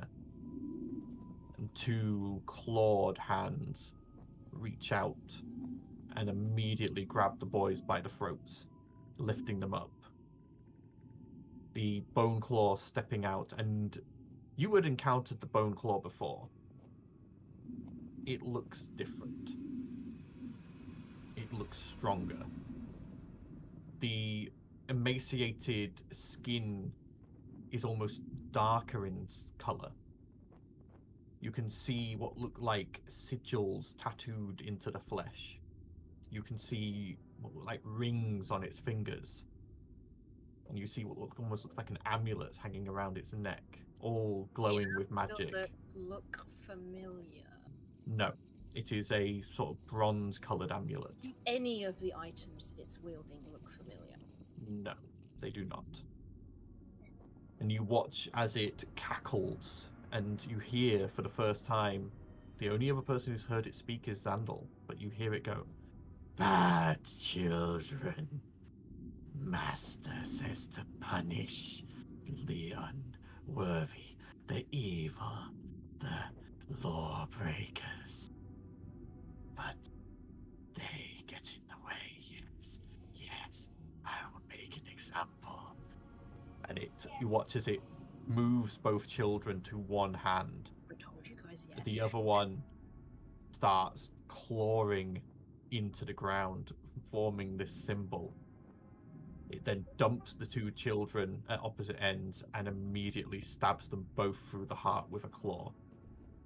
It then glances up, and you hear from the girl's perspective, Val. Flinch and like react, but I don't. Yeah. I'm not saying anything yet until the vision ends. You hear Val's voice weakly calling down the alleyway from a distance. "If you come out now, we will spare you." The Bone Claw grins, holds up a single bloodied claw to the girl. "Shh." And then backs into the shadow and vanishes. I drop my hand. We have a problem. It's the Bone Claw. He's bigger, badder, and he's punishing the evil? Bullying? I mean, yeah, those kids were actual assholes. Like, they deserve to get their ass kicked, but not killed. He basically shoved his claws through their chest, ripped out their hearts. He's saying that his master is telling him to punish. So why is he carving our name? We're not evil? Are we the bad guys? You heard the Bone Claw say, "But they will get in the way, so I will leave them a message." You get the feeling this is a warning more than anything. A warning. Which, I mean, that's a good thing, right? It means he's scared of us, yes? Are you repeating the words back to us verbatim? I'm verbatim explaining exactly what I've seen and then explaining that what I think the situation is. Does any of the words the Bone Claw say trigger Val? Go ahead and make an insight check. Trigger in what sense? Trauma? Like... Words that have come out of Val's mouth. Potentially. I've already told you that I heard your voice. Insight. So, sort of passing the words through your brain, nothing stands out, but you can see that there is almost a twisted sense of justice in this. As you think back on all the Bone Claw's previous killings and the fact that it has a master who is controlling it, and you can see that there is a twisted sense of justice. There is this whole thing of people who are bad must be punished. The ends justify the means. And you also remember the Bone Claw came to your aid. It must have been commanded to do that. So whoever the master is has obviously ordered it to help you before. So you are not seen as bad people. by this master. But at the same time, the Bone Claw does have some of its own agency. It is still a thinking, sentient being. It's just linked to a master and has to follow its orders. The Bone Claw is merely acting out of on its own when it's not being commanded by its master. More, it's taken its master's orders and it's following this mission, but it has identified Armatae as something that could get in the way. It has already had you get in the way before. Xandal slew it as it was in the process of trying to carry out a mission. He was trying to kill a potential rapist, wasn't he? Yeah, and so it sees you guys as if it keeps going, eventually you are going to get involved. So it's like thinking, well, I'm going to leave them a message, a sort of thing of get in the way, and eventually I may have to come after you. Keep out my way and let me keep doing what my master wants, and let us keep purging the evildoers, the wrongdoers, and nothing will have to happen, sort of thing. Considering what has just happened and everything, Val was just having a bit of a panic in his head, because a lot of the words mimic some of the teachings and some of the things that Val has said to people in this very city. And again, you can see the twisted sense of justice in it, the whole retribution on the evildoer, the whole revenge against oppressors, that sort of thing. But there's nothing that you can directly link to your words or the teachings of Triferian. There are parallels, definitely, but nothing that is direct from what you can tell. What confuses me is the simplicity of it. It's so black and white, like it's Master's not even aware that the world is full of shades of grey. Like, it's just you're either bad or good. Like, stealing bread to feed your starving family, you're not a bad person. You're breaking the law, yes, but you're not bad, you're not evil.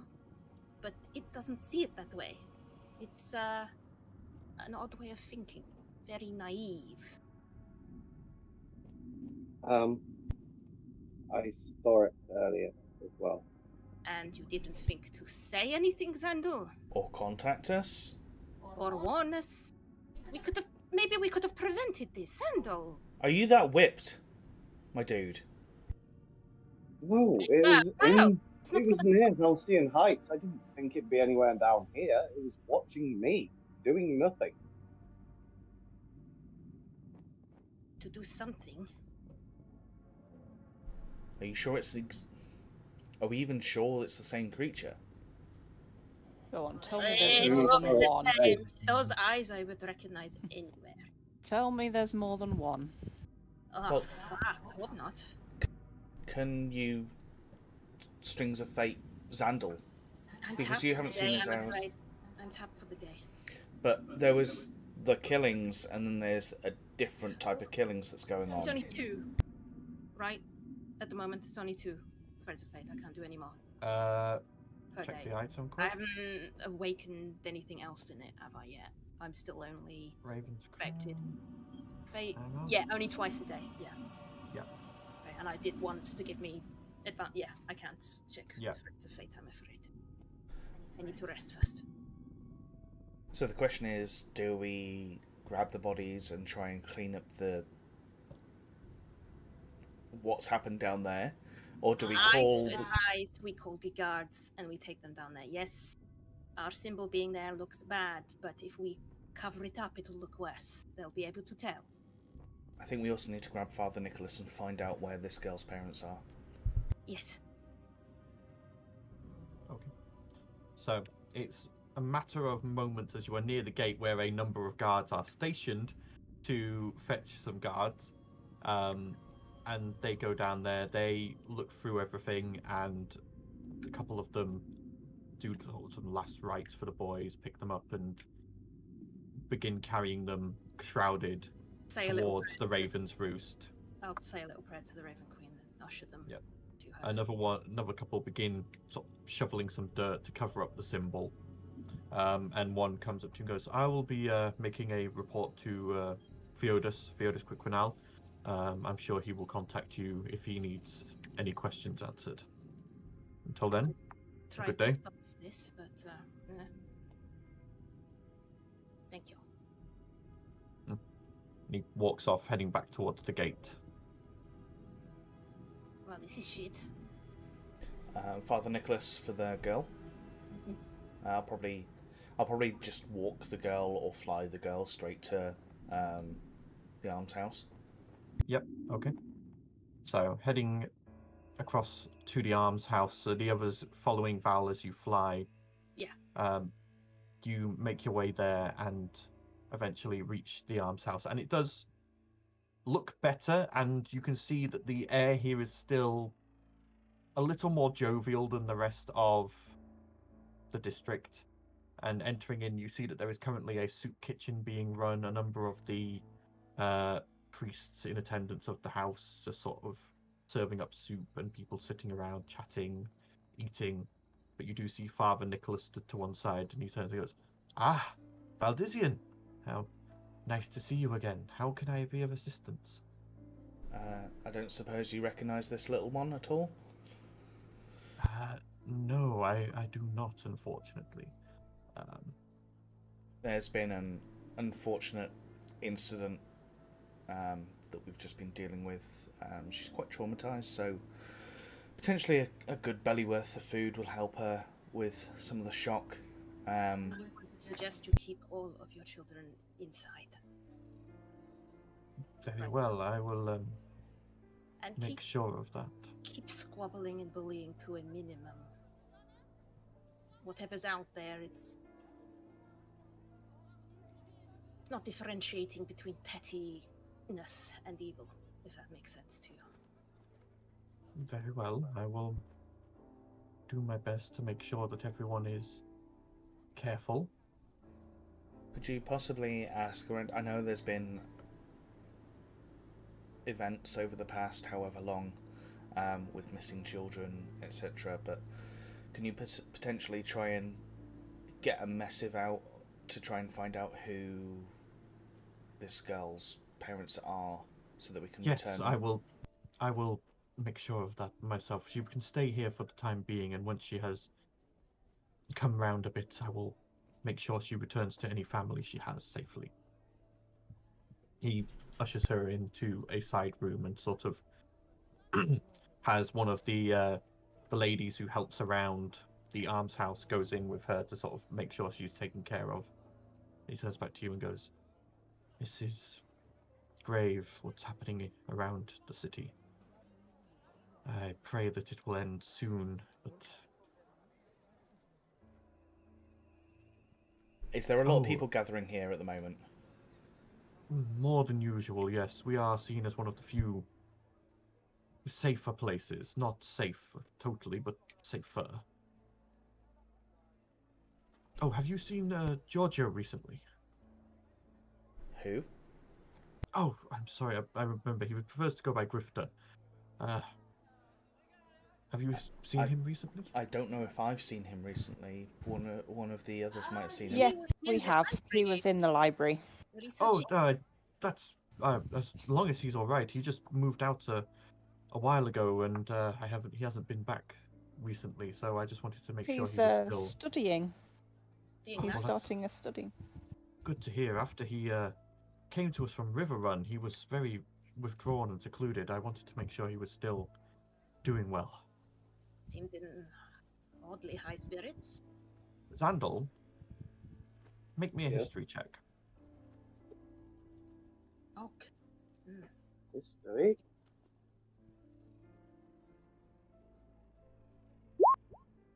21. 21. When the word named Giorgio is spoken, and then River Run, it triggers a memory of when you went to visit your father and you stopped at Miss Polly's. Yeah. You remember her saying something about a Giorgio. You remember it being about how the boy's father had been found killed by what looked like some kind of wild animal, and Giorgio himself was nowhere to be found. But that the Giorgio had potentially a history of his father being abusive. I repeat that information to the group.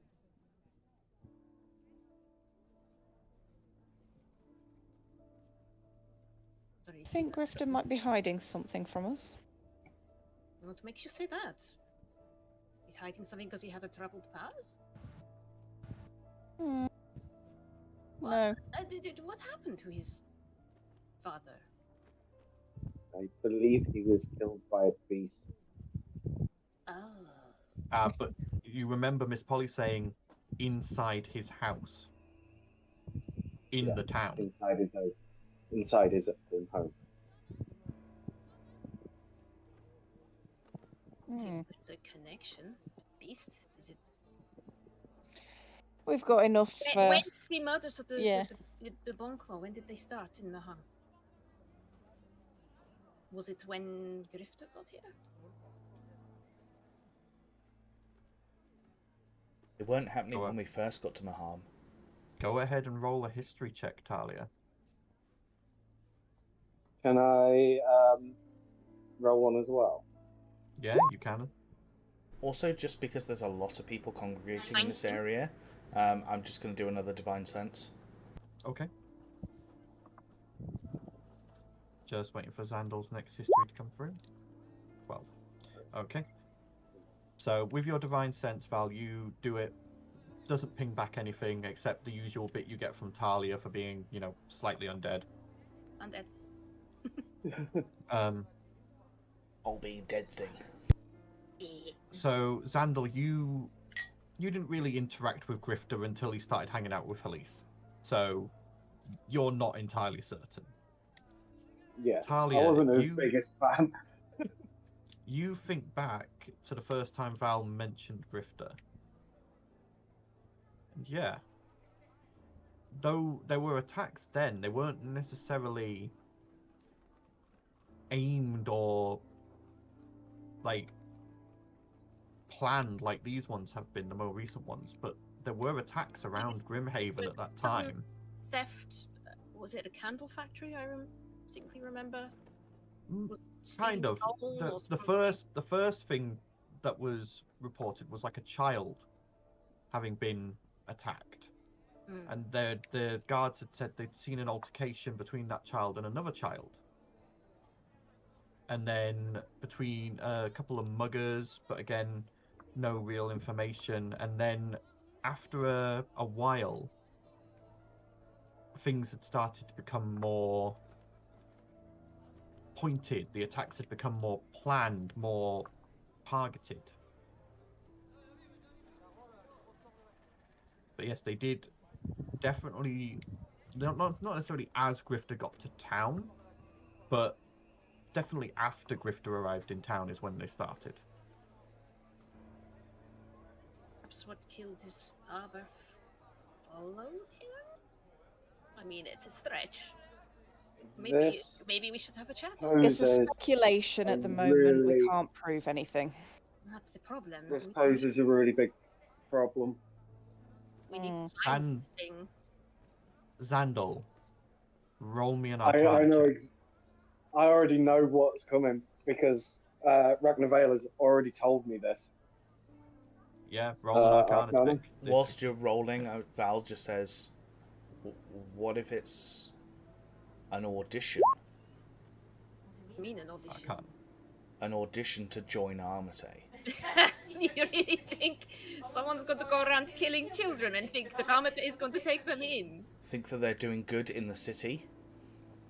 It specifically said that we would be a problem. I don't think it wants to join us, Val.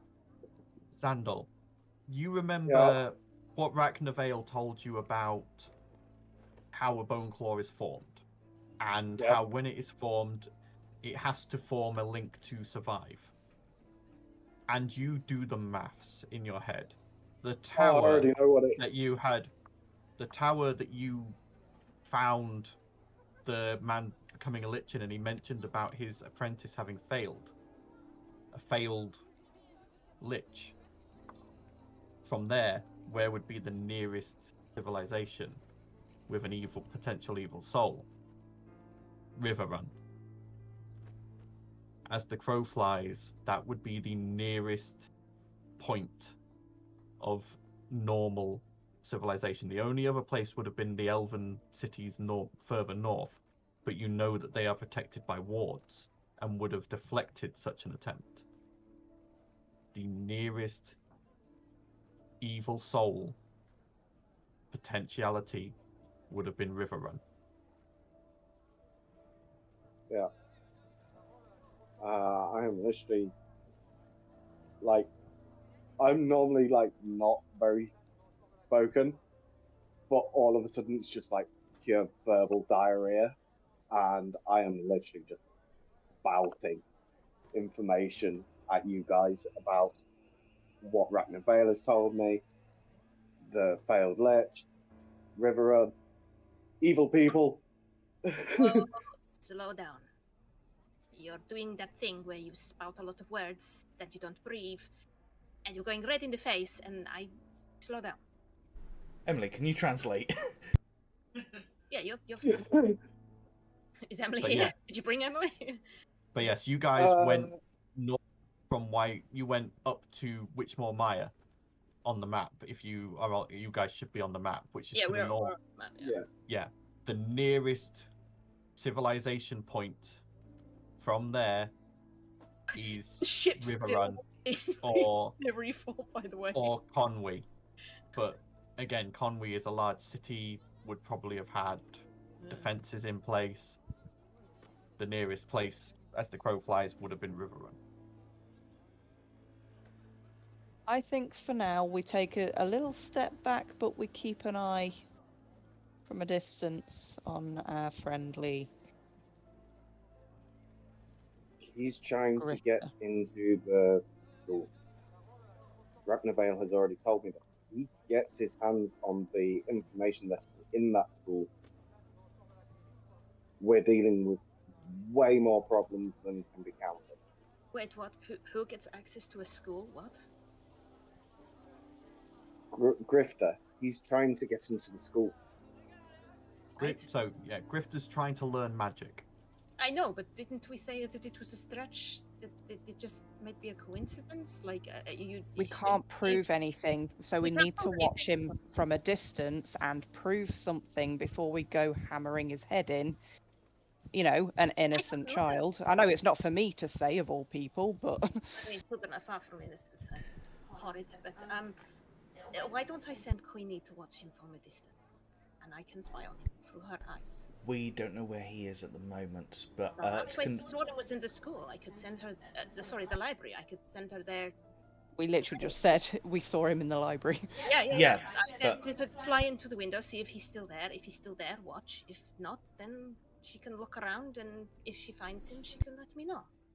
I was going to say, Oh, yeah. scry. Can I ask the Are we- biggest favour of my life? What? Get Gunter to get police and keep her safe. He would. I will let you flip every lever in the world. He would- Grifter has been hanging around with police. She is under his For a long roof. time. Is protected, Sandal. Gunter will not let anything happen to her. Have we He seen her wasn't since in the breakfast? tavern earlier. Fine, we'll head back to the Chicken Jester first, and I will talk to Gunter, but honestly have nothing to worry about. He's always got an eye on her. He watches from the shadows. You can just sort of like, the usual calm and distant Xandal is all of a sudden just blind panic. Let's hurry back to the Chicken Jester, and I Uh, don't know, I'll ask Gunter. Maybe he's heard something. People talk in the tavern. Someone might have heard something. If you're that worried, I think can scry a couple of times throughout a day. So There is a risk with scrying, is that they can be found. But if it's He'll Halise know. that we're trying to find out where she is, to make sure that she is at the Chicken Jester, just to put Xandal's mind at ease whilst we're walking back, then Alright, yes. it might be worthwhile. But yes, if we do try and scry on the Bonclaw, there is a chance it will know that we're watching. I don't know if it would have the ability to know where we are in terms of watching it. I don't know how powerful it is. She's right, there is a risk. I mean, or we could just walk back. It depends how worried Xandal is. Scry on Telly's. I'm a little worried I might have been a bit too harsh on her this morning. So we should probably double check on her anyway. Are you alright at doing that whilst we walk back? Yeah, scrying lasts for 10 minutes if you want it to, so... Make sure she doesn't walk into a lamppost or something. She starts, it takes 10 minutes to cast as well. So it's not something she can cast whilst walking. She has to She can start the cast, sit down and... once she's got there, then we can start walking back. No, and also you don't have a, it goes, also, I need a crystal ball or a silver mirror worth a certain amount of gold to be able to cast the spell. She's got a mirror. She's scried before. Yeah, she's scribed loads of times. I'll allow it, yeah. Yeah, she has scried before, so... Yeah, I can't remember what item she had, but... Yeah, it says you need a mirror, a gold crystal ball, a silver mirror, or a font filled with holy water worth 1,000 gold pieces. I'm like... Say what? I was So, gonna say, for we've a simple utility spell... To be fair, we've never that used seems a bit... components for it before. We've just kind of... Yeah, it that's all seems a it bit... is, but if you want to change It the seems... word, then... No, I'm happy to ignore the 1,000 gold I was points going to because say, that does it seems not a work bit... with an arcane? Yeah, she uses crystal or- arcane focus, doesn't she? Does that... No, if it like the say, arcane has a focus monetary- doesn't. I thought Arcane it said focus. It has a Hang monetary on, let value. Paddy. Sorry. Arcane focus removes the need for material components unless a gold value is stated. Oh, Then right. you need the Yeah. gold value. I That's think... interesting to know because technically I can scry too. I've just had a bit of a flashback. I think what we said was because there are multiple reflective surfaces that you can look into, we just deemed that the diamonds that we had were reflective enough, and that was 1,000 golds worth of diamonds. My mirror, Yeah. I watch good with, would that count? Is it considered? But again, I would rule scrying is, as a utility spell, I don't feel it needs that 1,000 gold lock on it, personally. I would say if you wanted like a more powerful scrying spell, then yes, the 1,000 gold points. But for just general scrying, I'm not going to require the 1,000 gold point. Maybe we could rule it if we know who we're scrying on. As in, we've met them in person, we've talked to them. It doesn't, but Even- it's from a description or just a name. Either way, then like, No. do you remember with your dad? We scried on your dad. So, Well, yeah, Tyler. so Yeah. we've definitely got something that would, in the previous game, that had allowed I know. us. I just meant in terms of Yeah. if we wanted Again, to monetary value. I think it should be no. people we haven't met. Personally, as a GM, scrying doesn't feel like it needs to be locked behind a gold value. I think just a regular mirror or anything like that should be able to be used for scrying. Cool. It doesn't make sense that it's something that like hags can do. Yeah. Where the hell would a hag get 1,000 gold ain't gonna be pieces worth of mirror? It's like, All right. So are we ruling No. that we have a mirror and that we can scry? yes, you can scry, but Okay. again, it does take 10 minutes. So. All right. Can To she? cast What it. she Wait a said? minute, So on the does she need wall. to stand These still for nice 10 minutes trees to cast and it, all. and then we can walk and we can still be scrying? Yeah. So yeah, once she's cast taken the 10 minutes to cast the spell, she can then hold it for up for 10 minutes but it'll be very much like her consciousness will not be in her body. So it'll be like when I go for Concentration spell, so yeah. Yeah. Are we going to have to carry her? Yes. Cool. Yeah. It's not Okay. like looking through Queenie, it's very much like your whole consciousness goes Oh, right, zoom okay. to that place. Yeah. Once she's It needs carrying. Yep. So be the first time. Sits Yep. down and begins chanting the correct prayer and making the correct runes and symbols in the air, and eventually the mirror and her eyes light up the same color. Okay. And she her body, she goes away, her eyes sort of go glossy, and she goes limp, but she can still talk, and she goes, I see her. Jigging Jester. talking to Amber. I told you there was nothing to worry about. But let's hurry to the Jigging Jester anyway. Yeah, the sooner we get there, the better. Okay. You guys make your way out of the almshouse and through Grimhaven, back into the Gateway District, and along the roads up towards the Jigging Jester. Arriving there and going inside, you see everything exactly as you left it. By this point, Ert has come out of the scrying concentration and was able to be put down and walk by herself. Also, I'm assuming you went back for your horses that you tied up. Probably. Maybe. Who needs horses? Otherwise, some Grimhaven locals have just got 2 nice horses. Tesco has some new mints. Wow, that's a throwback. Wow, nostalgia. Nostalgia. Hey, family, we're having lasagna. We're showing our age right now. Yep. Anyway, Horse's pie instead of shepherd's pie. Oh. as you step inside, Rook sort of looks up from where he stood behind the bar and goes, "Huh, welcome back." Hello, Rook. I pretty much just make a beeline to where Helise says. Yeah, you see she's up at your table on the dais chatting with Amber. Helise, Yeah. Hi, Sandal. What's up, brother? hi. Question for you. When you're not at the tavern, where do you go? I go around the streets. I practice little bits here and there of the stuff Talia's been teaching me. I'm gonna Sometimes I go lean over visit. the back of the sofa and be like, "Hello, Helise." Hello, Talia. I'd noticed you there. Don't worry. I go visit Finry. I sometimes go to the library and various places like that. I used to go play in Grimhaven with Grifter, but I don't see him as much anymore. Okay. Enough friends. Anymore? Yes, that question. What question? Sorry, I didn't quite hear it. Are you not friends with Grifter anymore? I think I am. It's just that he's gotten so busy with working at the Wilmer's and learning his magic. He just doesn't come round as often. Has he been acting different, like peculiar? He started getting better clothes and taking better care of his appearance. And sometimes he'll be sort of like just looking off into space, and I have to sort of snap my fingers to get his attention. He says he's just thinking about his lessons. On? No, it doesn't matter.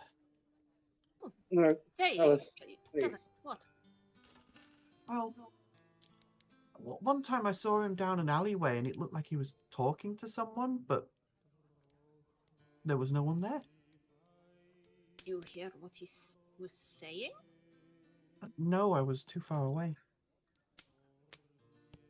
Okay, I know What was it? you've been training with Talia. I say, looking at the blood stain on the shirt collar of the shirt. She's changed shirts by Um, now. And that's what Amber's currently doing. Amber has obviously washed said shirt and is currently darning it, and he's giving you evils, Talia.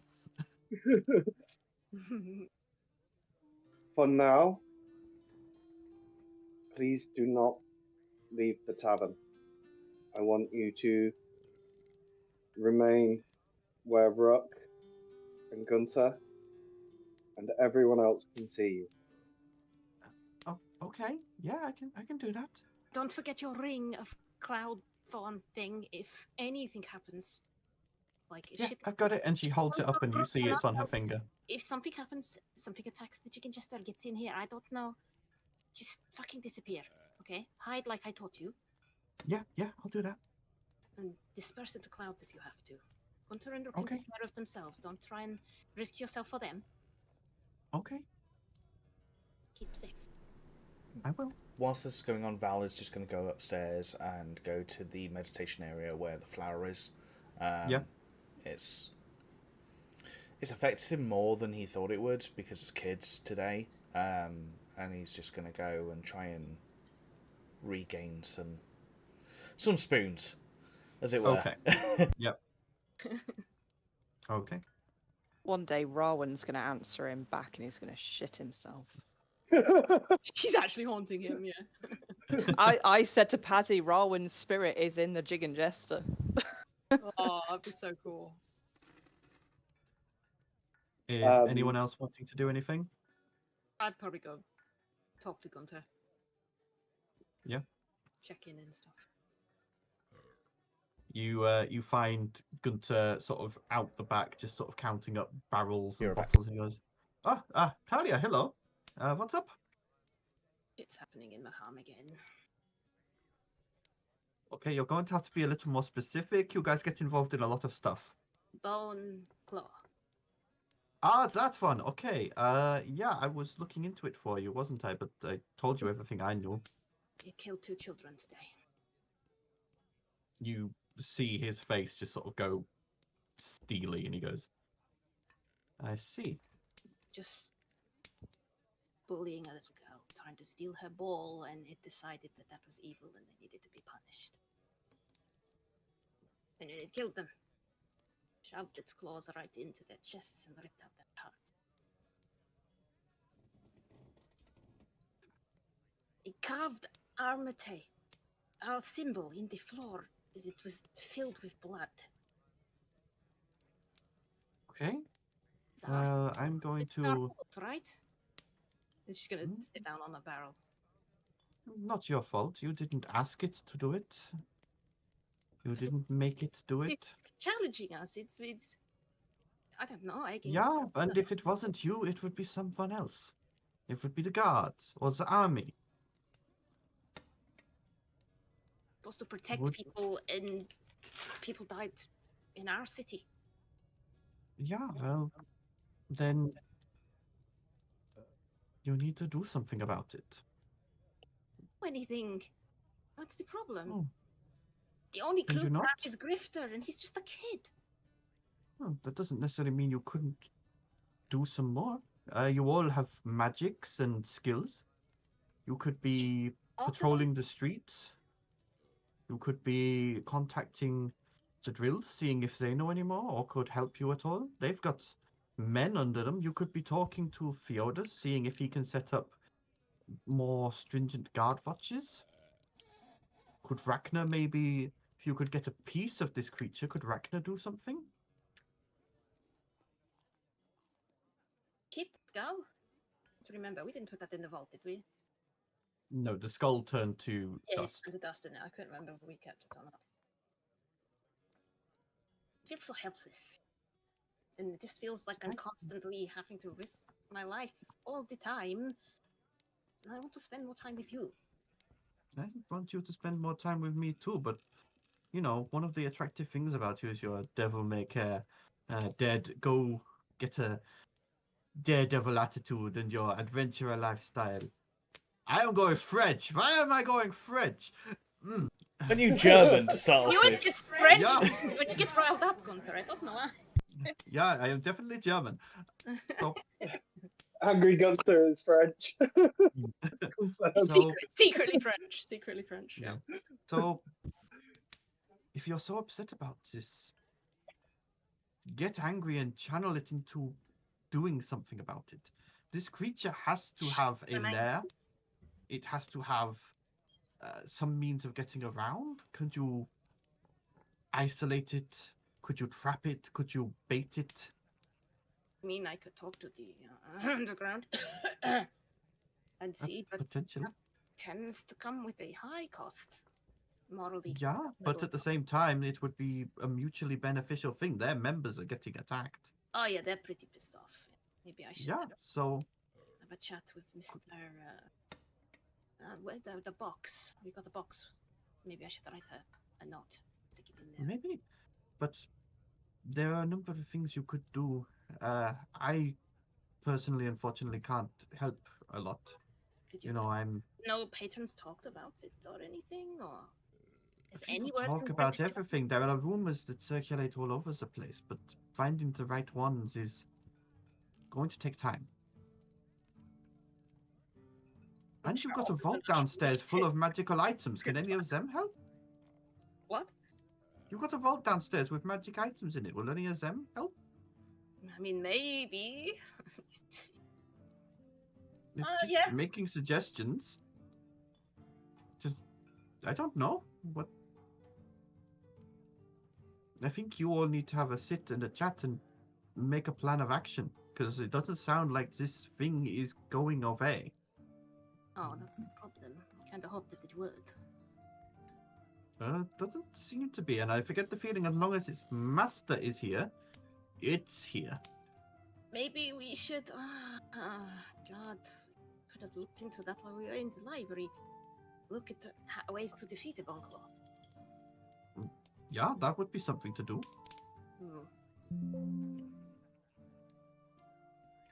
You're right. You're always right. Not always, but you know, 70% of the time. Joe, give him a kiss on the cheek. You always know what to say. And it just Yeah, slaps his thank you. ass and go back into the tavern.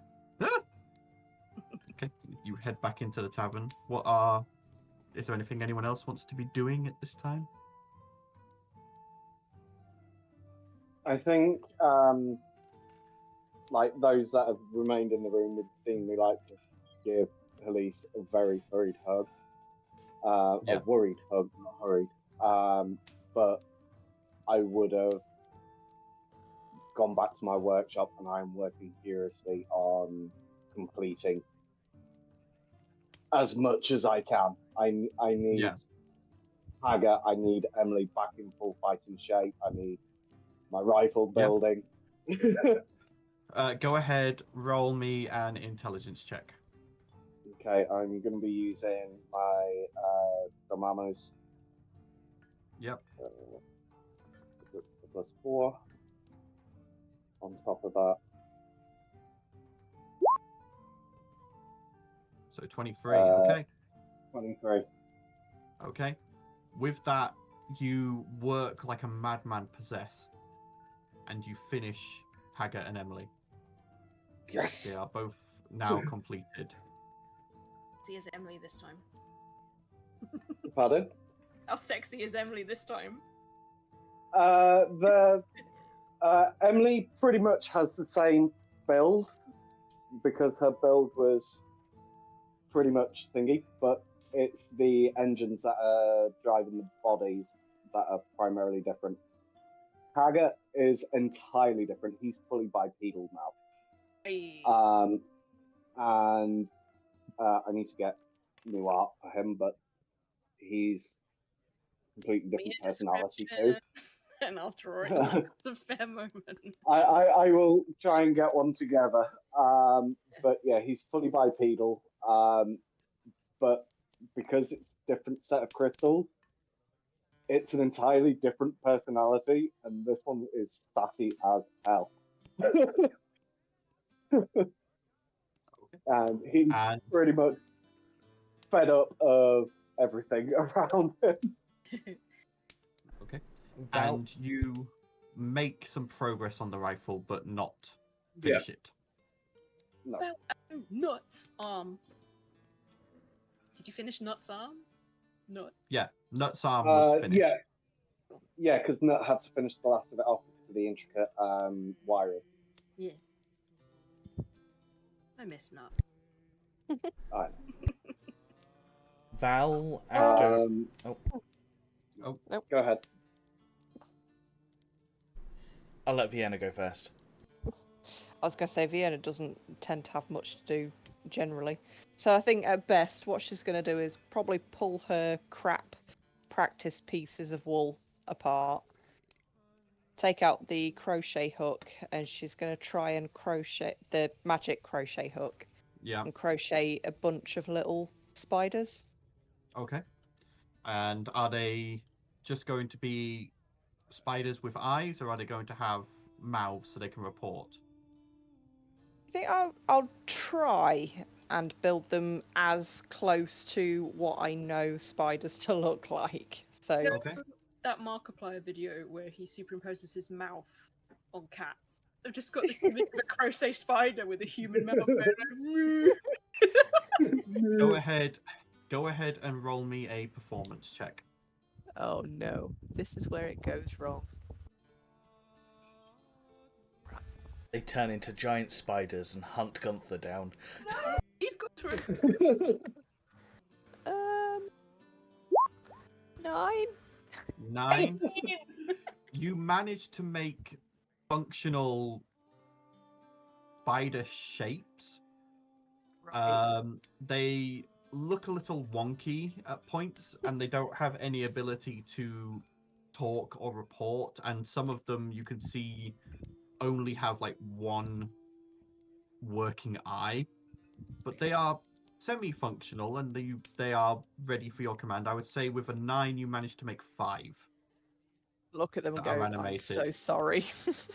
I'm so What? One with just a googly eye. Oh, It's like a ditto Mother. version of a spider. yeah, with like, Mother, why have you done this to me, Mother? oh, mother. No, I'm Victoria Frankenstein. It's alive. No, okay, I'll actually aim to like keep them in my pocket and like have them run around doing things and carrying things. See what they Yeah. can, just kind of play with them and see what they can do. Okay, with a 9 they're able to carry out simple like fetch and grab tasks, and they're able to do little bits and pieces, but they're not again they don't have articulate limbs or hands or anything, so they can only do like the most basic of things. But they're able to, like, if you say to one of them like, go fetch me that ball of wool, they can go get it and like roll it to you, that sort of thing. Kind of cute. They only Like last 24 little- hours anyway, don't they? Yeah, they do. Yeah. Sound. They're like Okay. little sleepy children. They just Yeah. waddle everywhere sideways. Walk sideways instead of straight. I have an Yeah, but- idea, and I always Okay. forget I've got this item. Sorry, I'm gonna Okay. dive straight in. As I emerge with my 2 new guardians, I have the magic shell in my hand, Yeah. and I'm going to ask, is the bone claw linked to Grifter? And put it to my ear. Okay. As you put it to your ear and listen, you hear the crying of seagulls and the lapping of waves, which is a That's strong affirmative. yes. This is probably the moment that Val walks through the door to Xandal's workshop. And you just see me remove the shell. It's him. Okay. Well, that makes my next question about as easy to ask. You have knowledge of a lot of magical items. Yeah.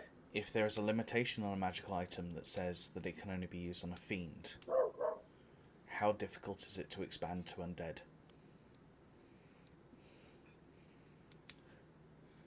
And do you have other sources as well? I'm happy for this question to go out as vague as it currently is. Would Haslick have been listening to that? You hear Hazlitt go, I hope he realizes that my my fees and my I'm trying to figure the right word. What do you call it when it's like an outside source who comes in and helps with something? Consultancy. Yes, my consultancy fees are not inconsiderate. I repeat that. But I'd also give what knowledge I do know, and I can explain that it is very difficult to alter a magic that's already set in stone, but there is a possibility for it. Hypothetically speaking, what would that possibility look like, and how much would we need to gather to do so? It would be easier to create something of that nature rather than alter what is already done, the chances of altering a spell or magic item and having it backfire would be catastrophic. So if we were to create a new item based, could we use an existing item to try and use that as a basis to help us be more successful? Potentially, yes. The groundwork is already laid there. It would be altering the variables within the item. Does Xandil know about the rod? That would have happened before Xandil, so... Has Xandil even been down to the vault? Xandil's probably been down to the vault, but he wouldn't necessarily question what was in there.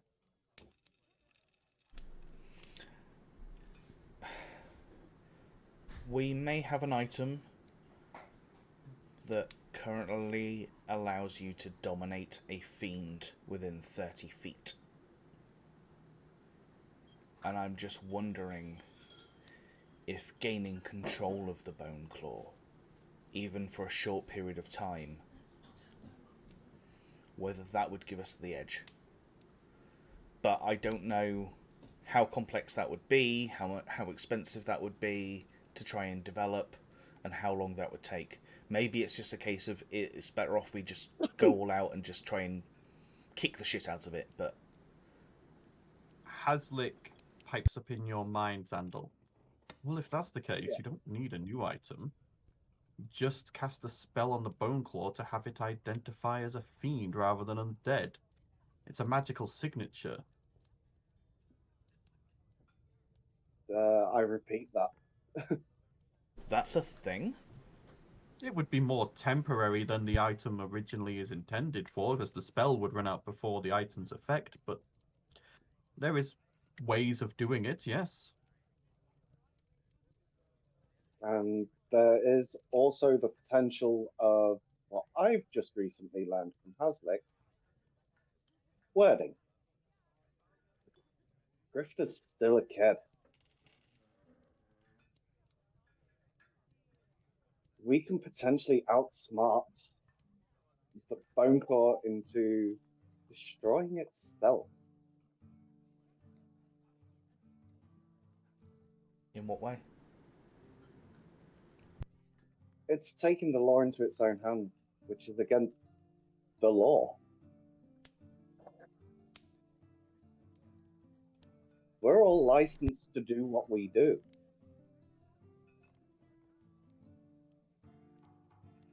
So are you saying put out a decree explaining exactly what is within the law and what's outside of the law, but make it public to everybody, not just people that can go in and research it within the library or, you know, within the scrolls in certain areas where the guards check. Just blitz posters everywhere. Make it clear what is... Roll me a history check.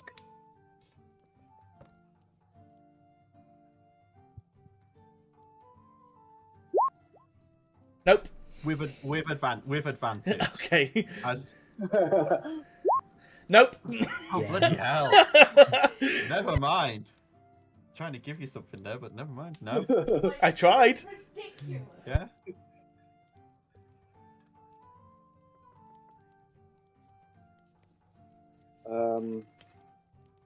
Potentially. And maybe, I don't know, a few of us go out and we try and do some teachings, we try and do some workshops with the kids, so that the message gets out there. The idea is to get Boneclaw to see it before Grifter does. But if they're one and the same, if Grifter sees it... They're not. If Grifter sees it, he can alter the ruling over the Boneclaw. The Boneclaw has to see it before Grifter does. That way, then, it will see what it's doing is immoral and seek to end itself.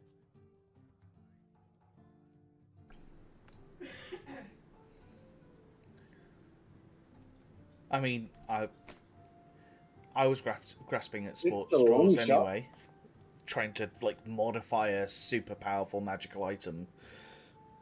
If this is easier and we can get it done within the next 5 to 10 hours, then it's worth a shot.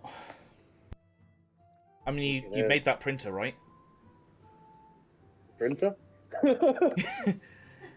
Ages ago, I asked you about developing a printer so that my Tritherian pamphlets could be made better. You kind of look in the corner of the room to where I'm already looking. It's just sat there on the side. I mean, I assume you completed it. I asked for it like 6 months ago, but still. Yeah, I'm sorry. I tried to get distracted. It's over there. Do you think we should tell the others? Loop everybody in? Yeah, it might. They might have different ideas or different ways around it. I mean, we could do a bunch of ideas. All we've got limitations on are paper and ink. Mm-hmm. At which point Val will just get up and just... Have we got like a random bell? Like a summon everybody in on the floor plate bell? I just used the ring to call down to everyone to get them up to the workshop. Yeah, Talia doesn't have that ring. Your mic's not being picked up, Talia. Yeah. Annette, your mic's not being picked up. Stupid bloody thing. But it doesn't have the ring, so one of you. Yeah, Talia, you would be with someone with a ring probably. I've at already this got point. 3 attuned items. I'm not attuning to a ring. Okay, so you all congregate into the meeting room upstairs. Xandel's got an idea. I think we should listen to it. Okay. So, Haslick has taught me a very important lesson on wording.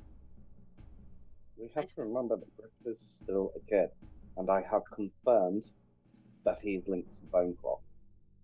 I hold up the shell and explain what it does. So he's the Boneclaw's Merce? A very affirmative yes. I mean, it makes Potentially. sense. As I said before, it was naive in its thinking of what was good and bad, like a child. Yes. We need to make the Boneclaw see that what it's doing is wrong. Wait. You think the Boneclaw gives a shit? We believe its order is to kill anything that does evil. Yeah. So all you'd need to do is make it known, which shouldn't be hard to do in loud conversation, that killing children, regardless of what they do, is the most evil of evil crimes. Yes, but wouldn't what it considers evil be what its master considers evil? And what a child considers evil and what an adult considers evil is very different. We need to go down to Someone Philly stealing Basics. your favourite toy is the evilest thing you can think of as a child. I don't think it cares. I need to convince the master. Considering it almost certainly kills murderers, so it knows that murder is wrong. It sees it as a necessary evil. Like I think it's more you need to convince we need to research how you defeat a Boneclaw first, rather than us just jump. I can tell you how to defeat Boneclaw. You need to destroy it. Well, they have phylactery. No. Usually linked. No. Their phylactery is. You remember Rachna is the saying host, isn't it? the only way to kill a Boneclaw is to kill the master. Or to cause the master to have such a drastic change of heart that the tether is broken. So we need to go Billy Basics. We need to put signs up everywhere that says swiper no swiping, murder no murdering, everything Wow. is bad. Make me that history check with advantage again. Think is bad. Fuck, like not everything is bad. Oh, fuck off! With advantage. I said with advantage. I know, but I've gone 4-2-1. This can't be any worse than that. You can't roll any lower than a 1. 8! Eight is enough. The DC had lowered anyway. You remember pity on us now.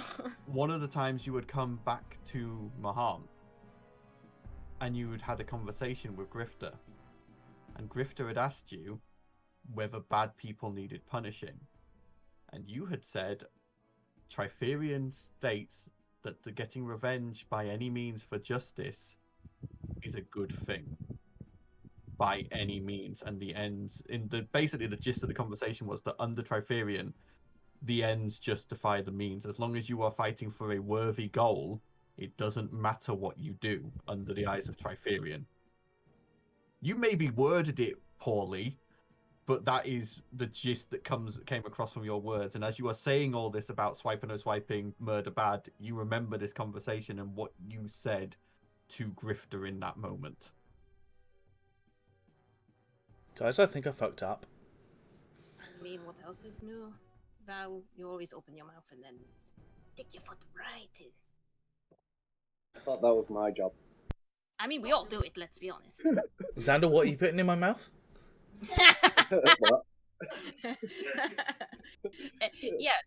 We need to... I shove a bread roll in his goal. I don't think you're wrong about doing workshops, actually, teaching children, but it's more, children need to understand that there are shades of grey. Like I said before, stealing bread to feed your family, yes, you are breaking the law, but you are not bad. You just want to live. You want your family to live. That's not a bad thing. That's not evil. I think one thing we could potentially do is invite Grifter to one of your training sessions with Halise. Idea. The way I train might be considered evil, and However, me and you, whilst the training is ongoing... How am I going to train her if I'm doing something with you? You set a course. She's got a course set up. You just have her run through, have her train Grifter. That would put Halise at risk. I promised Sandal I would protect her. But we have a conversation about, with everything that's gone on recently, with Worthington, with... Oh, you mean like have a loud moral discussion about what's evil and what's not? That I realise, actually, the ends don't justify the means, and sometimes you've got to look at the collateral damage, the emotional effect. Sometimes they do.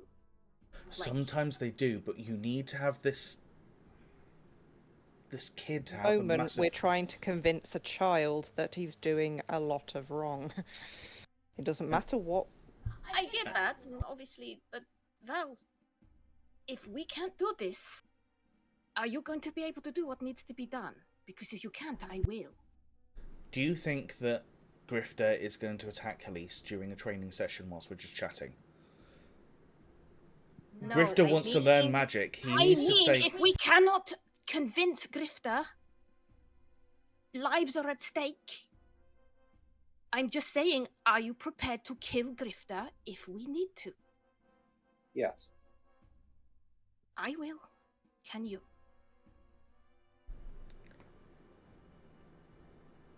Whilst he's not directly profiteering, he has...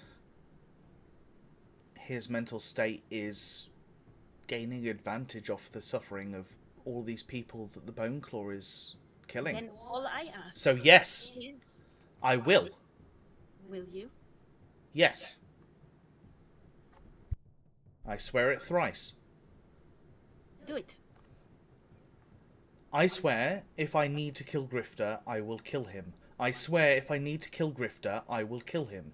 I swear, if I need to kill Grifter, I will kill him. Good. Then we And understand. Vienna's just like, I wonder if my Fae heard that. You hear Mother Knight go, I heard. Oh dear. Mm-hmm. It's me being semi-clever. Keyword being need. Yeah. Could all of you make a perception check for me? Yes. Yes. Go on, say he was listening in. 25. 4. Blossom notices nothing. Xandal notices nothing. Would it happen to be hearing or Blossom smelling? notices a ball of string running across the floor. the fucking happened? Grifter's gonna have heard me just saying we're gonna kill him. Eavesdropping in here. Sorry, Ert's character sheet is gone. Give me 2 seconds. Okay. That's fine. Ert's hiding. But currently it's just Talia and Vienna. There we go. There's a, Can I roll for Emily and Hagar as well now? Because if they're in the room, then yeah. Yeah. Well, was it a? By the way, 2 robots. Yeah. Perception. Emily, I'm gonna need to update their character sheets. Yeah. But for now. Okay. You see as Hagar and Emily both suddenly launch at the table and yank it up. And Talia and Vienna, you had heard something from underneath it as well. And as they yank it up and lift it up, you see a clawed hand holding a familiar device. A recording device designed by Xandal. And you watch as the claw back into the shadow. Well, there goes that idea. I think we're a bit late now. Well, we're not going to convince the boy now. Well, now I fucked up, apparently. Well, I fucked up again, so... What's new there? It's on brand. Let's go. Time of night, is it? I have to go kill Grifter. At this point, it's probably... At this point, it's probably about 8 in the evening. I think has another scry in her. Can she message? 2 seconds. If she can message Grifter. Say what? Hey, we're not really gonna kill you. We were just saying if we have to, right? Well, she can explain that, but if she can send that we need to talk. But if all they, we don't know how long. Well, we don't know. He only heard us talking about killing him. He's not going to come and talk to us. Well, sorry. While this is all happening, I'm scribbling a note. I'm gonna summon Finri. I'm gonna give it to Adomia to deliver because we may need her help. Also, just a random question. When we initially talked about setting up the Jigging Jester as a base, didn't we put up some wards and some protection stuff around the Jigging Jester? No. Vault, maybe, but not. Oh. No. The Bone Claws came in here before. Those assassins wouldn't have come in. Yeah. You never asked for magical protections. You asked for the building to be built and for the vault to be built, and then later on you asked Rachnaveil to upgrade the vault. But that was it. Yeah, the Bone Claws already been in the Jester already, because that's where I defeated it. Yeah. Well, has one more sending spell. It's worth a shot anyway, just in case. Yeah, I would say the first thing is to, because it's going to take a bit of time for the Bone Claw to get to Grifter, and if sending's instant, then in either case, then at least they're getting it at the same time. But if she just says that we're not taking any rash decisions, and that we need to talk. Yeah. I can upcast a sending spell as well. You can. So I would also potentially send one to Wilma to say that if Grifter is at Wilma's still working after hours, to send him to the Jigging Jester, so that we can talk to him. Stay with him. Work with him. No, to stay with him, because it's possible that the Bone Claw won't reveal itself around Wilma. But what if they use Wilma to as bait? I don't want anything to happen to Wilma. We know that he's working at Wilma's, and that's just the other place that he might be. That's all I'm thinking. Because no matter what we do, someone's at risk. If it doesn't want to hurt innocent people, then it shouldn't reveal itself to Wilma. Even if we're using her as a shield, as a meat shield, she's still innocent. I suppose, as long as As long as Grifter has And complete Grifter control doesn't over believe the she's body. evil. Yeah. All right. So, 1 to Grifter, 1 to Wilma. Okay. So, what begins casting the spell, and then what do you want Urt to say? I'll let you guys decide on these 25 words. God. Hey, buddy! Are you pooping? I'm joking. I'd send it to Wilma first. Wilma first is a good idea. Just say, is Grifter there?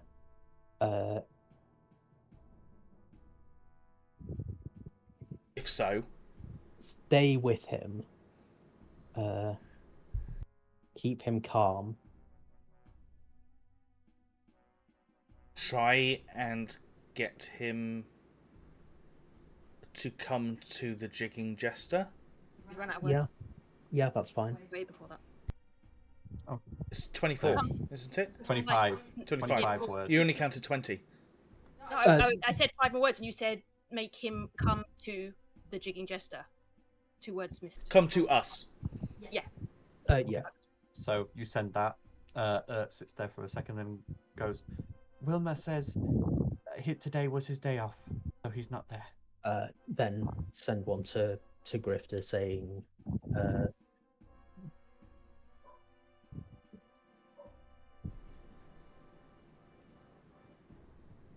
No, you are trying to train. Happy to do after hours training. No, I think it needs to be more direct. Come to Jigging Jester is what I was going to say. Because of what the Bone Claw's doing, I think we say, we know, we don't blame you, we want to talk. We just want to talk. Yeah. You won't be harmed. Yeah, I wouldn't say that directly because we might have to, and that'll be lying. It's only Urt that's lying. Just like. But say, we're covering all bases, but we want to talk to you without bringing you harm. And that way, if he brings us harm, that's not our fault. Yeah. Yeah. Okay. Cast the spell. It says those words. And then blinks. Spell didn't work.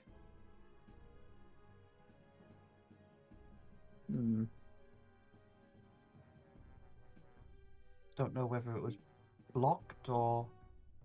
Would it work if he's asleep?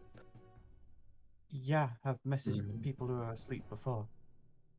I mean, he's studying magic. Maybe he's pretty good at it. Mental wards. It's possible he's warded an area so that people don't detect the Bone Claw. I don't know how capable he is with magic at the minute. I mean, without calling in the constabulary and everybody, we could go and chat to Vacna Rail, whatever his name is, Ragnar Vale, and see if he has a capability of more intricate scrying, identification of people in the city, contacting, that sort of thing. I have a thought.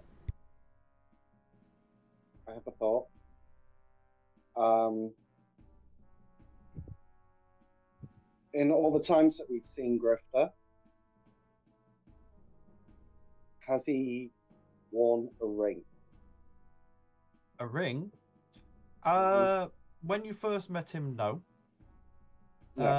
Since he started working at Wilma's, he was starting to wear nicer things. You think there may have been a ring on him at some point?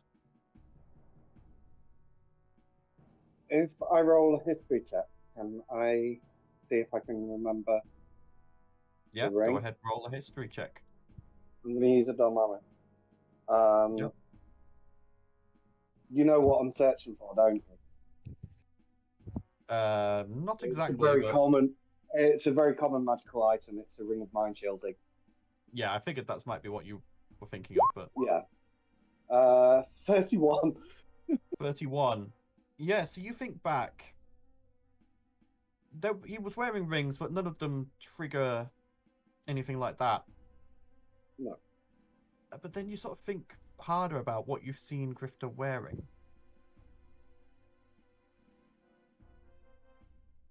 One of the most recent times you saw him, Sandal,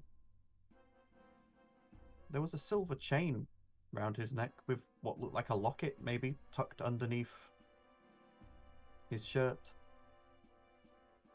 Would I know what it was? You couldn't see the shape of the locket. It was under the shirt, but it was definitely silver. The fact that it's so prominent to me, is there anything that I would know about amulets and silver? You've seen a silver amulet before. Yeah. And Grifter has hung around the Jigging Jester, and you've told him stories of things like your adventures. And as you think, Boneclaw can travel through shadows. Yeah. Is there a soulbound item that is a silver necklace? You put a silver amulet in the vault. I run down to the vault. You run down. I don't even say anything. I just book it to the vault. You book it past Rook, past Gunter, down the stairs to the vault. You open it, and you walk in. You see a mace on its shelf and a silver locket on its shelf. So the two soulbound items are still there. Can I inspect them to make sure that I was going to say, Val will probably follow. Yeah. The Rod of Foul Authority, which is not a soulbound item. Oh, you also put the Cape of Stars in there as well, didn't you? So the cape's in there as well. There's the folded up cape. The Rod of Foul Authority is exactly where you left it. The Cape of Stars is exactly where you left it. As you pick up the amulet, it is not the amulet. It looks very much like the amulet. It is a silver locket of a snake's head, but without the emerald eyes. It's a very good facsimile. Very close. He's got it. He's got it. That's not the real one. What was the amulet again? What did the amulet do? What the book? You got a book about the items. What's the amulet do? You put it in here because probably we didn't have any. I pull out my notes very quickly. Yep. What was the item? Sorry. The amulet itself is a beautiful emerald set into the eye of a silver snake's head. There was once a powerful archmage before the Calamity who was well known for her skills in transmutation. During battles, she would bring the world around her to life to fight on her behalf. This earned her the nickname of the Legion Summoner. When she eventually died of old age, she let it be known that her amulet was the source of much of this specific skill. Wars were fought over this amulet, and eventually it was lost to history, slipping through the cracks. And you now remember. You now remember what you had been told by Barras and Ragnar. Men in locked rooms who had received a dagger strike to the heart. The dagger being found in the room, but no signs of forced entry. It would be very simple for a mage to peer through a lock and animate a dagger.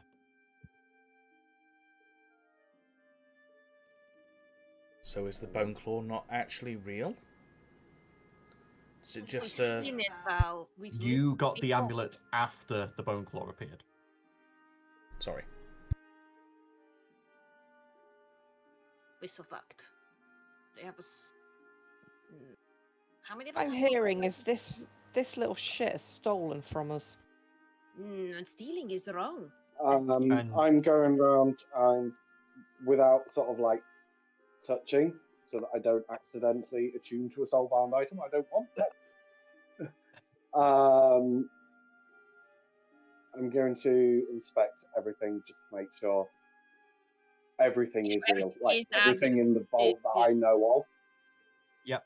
Everything, the other two items in here, which is the Rod of Foul Authority and the Cape of Stars, are both the genuine item. Would, And you remember when you came back with the amulet and put it in the vault, that night Grifter came in and was listening to stories, and you mentioned having gained this powerful magical item and having placed it in the vault. You regaled him with the story of it. I knew I didn't like that boy. in terms of sending, would Urt have the capability of sending to the Bone Claw? You're nuts. Yeah, she's met the creature before. She knows of it. She knows what it looks like. That would be the requirement for the sending spell. And it understands the language. Yeah. And stating that we have just been robbed. It is an evil act. Yeah, but wouldn't it be the one that did the stealing? Well, Programmed to kill you. Key to get in here. The Bonclaw did the stealing. on the Because actions of Bonclaw its doesn't master, care. and if it sees the actions of its master as evil, Yeah, but it's also got its own, like, reasons. It doesn't want to die, right? So who's to say it's not fair one. cultivating the child, you know?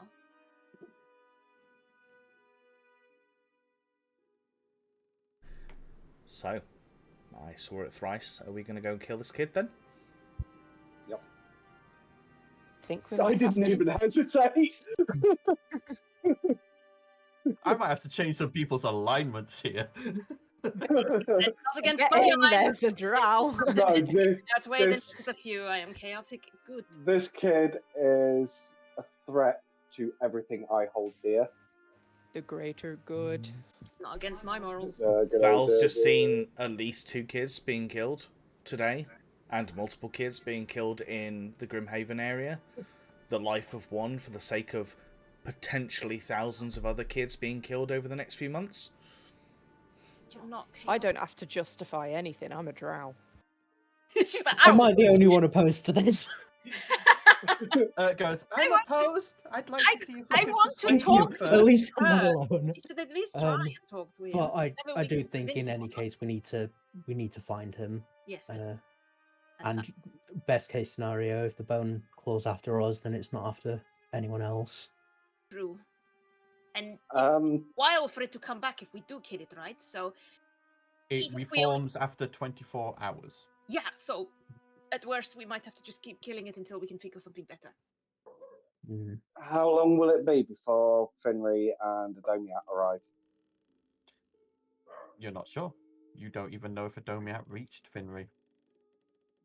You don't have a link to Adomiat. You don't have any kind of psychic link. You just sent her off. Mm. Dang it. He's like, I might have to fix that. Want me to send Queenie?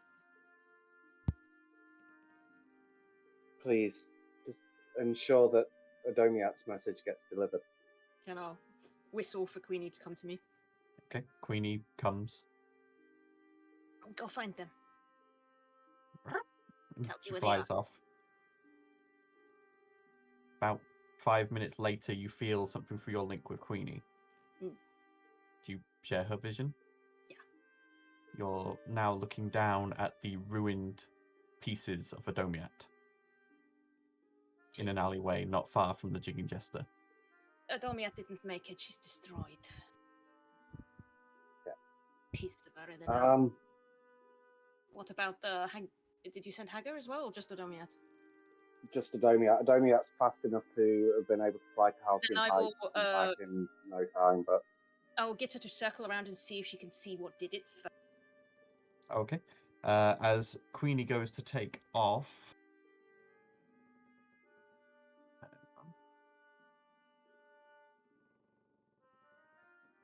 Your mic is muted. I fucking hate the whole gesture mute. For someone who gesticulates a lot, it's really I annoying. need to get you my mic where I can just tap. Yeah, I need to There's do that. a 17 hit Queenie. Let me see. What the Her AC extras. Queenie has an AC of 12, so. Yeah. So that hits. Oh, that flew Yeah, up way further than it should have done. She has 1 hit point. Yeah. As Queenie sees something move out of the corner of her vision, and then your link to Queenie is lost as she is disincorporated back to. God damn it! It takes like an hour to resummon. It killed Queenie before I could figure out what it was. You didn't see a bone. You didn't see any claws or anything. I didn't see anything. Something destroyed her. So now I've lost my familiar. Great. I didn't dispel Artax. So is Artax just still in the horse area? Let me check. I don't think it has that long a Yeah, I think it's only like an duration. Summon. I'm pretty sure when we were traveling before with it, you had to keep resummoning. Like every. Oh, it's Find Steed, isn't it? Not Summon Steed. Yeah, it has. Looking at the spell, it has no end time. Casting time 10 minutes. Destroy Yeah, no, you can just dispelled. click. But So I'm assuming you would have dispelled it before you. But I came didn't into say the I jester. bamfed him, so. No, admittedly not. But you would have to actually go out and talk to him. You don't have the same sort of It's not mental like link as a familiar. No, I know. I just like. I didn't know what I did with him, so I assume he is still out in the back somewhere. Yeah, probably. Probably being a terror to the poor stable people. So we've lost 2 familiars so far. Right outside the Chicken Jester? About 5 minutes away. Okay. Did I recognise Very where interesting. Adomiat was? Like, Yeah, you'd be able to get to it. It's an alleyway not too far away. So I'll say where it was destroyed. I thought if it's worth checking. Weapons at the ready? Yes, let's get everything.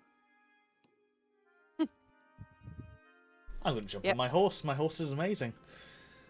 Does it taste very rich? Shut up, woman, get on my horse. I love that Okay. movie so much. All right. As you guys leave the Jester and head out, you make your way through the quieting streets, eventually finding your way to this alleyway where the now sparking pieces of Adomiat lie on the ground. Okay, Haga uses repair, which will restore 2d8 plus proficiency hit points to itself or one of the constructs. So slowly begins repairing.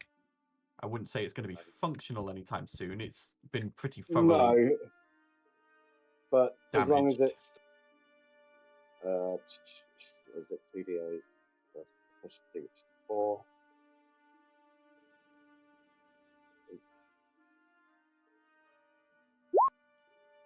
10.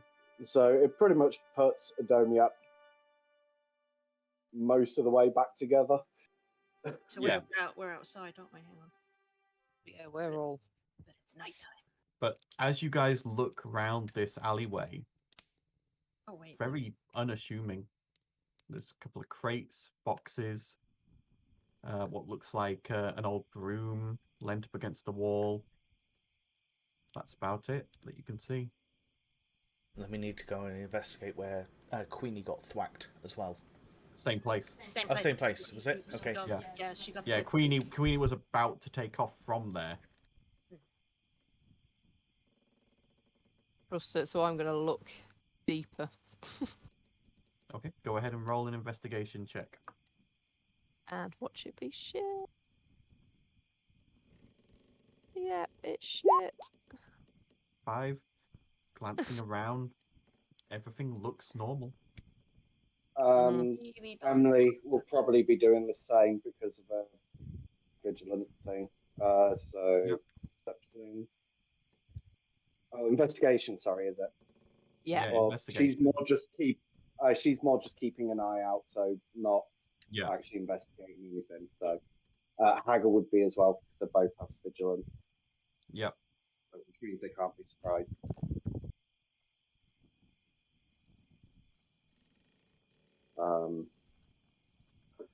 But yeah, I will personally be looking. So, investigation. Investigation, yep. 20. 20. I'll take it. Moving through the alley, you sort of look here and there. You don't see anything out of place. It's weird. And then you sort of glance at the floor, seeing if there's any sign of tracks or anything. It takes you a moment to spot it. The dirt by the bottom of the broom has been disturbed. Almost like a sweep. Vienna, what do your alpines see? She's not racist. No, essentially, I just need someone that can see better than me if I point it out, because it's evening and I don't have dark vision. Oh, don't you? As it's been pointed out to you, Vienna, you can see the. Oh, hang on. I didn't have my mic on. Hang on. Okay. As Vienna picks up the broom, she'll sweep a load of dust into Xandor's face. Why? Because he doesn't have Cheek. calling her an elf. So you Oh, pick so up yeah, the broom. carry on. Can I look for any markings? Thief markings. Go ahead. Roll investigation. Is there any caches or something around? Whilst people are looking around, if people are struggling to see things, can I sunlight? Yeah. Well, you can. Yeah. Yeah. Sunlight. That's fine. That's one of your charges. Yeah. Or some of your charges. 16. No sign of any thieves' cant or any thieves' symbology anywhere.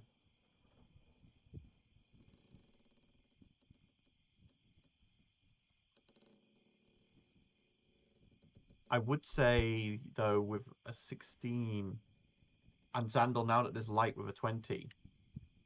Yeah. At the bottom of the broom in the bristles, you do see a small bit of metal. A bit that's missing from a domiat. I plucked the metal out.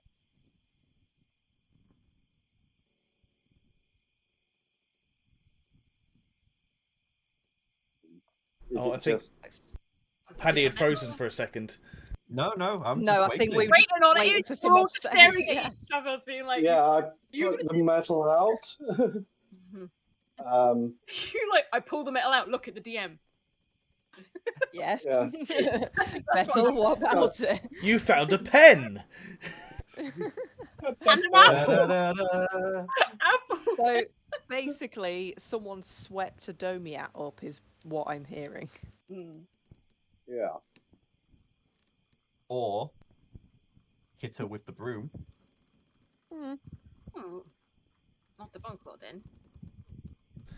Val's Alright, waving his shield around. Some of the shield light goes up into the sky. Some of it lights certain areas where people are investigating. He's not being very careful where this light is shining.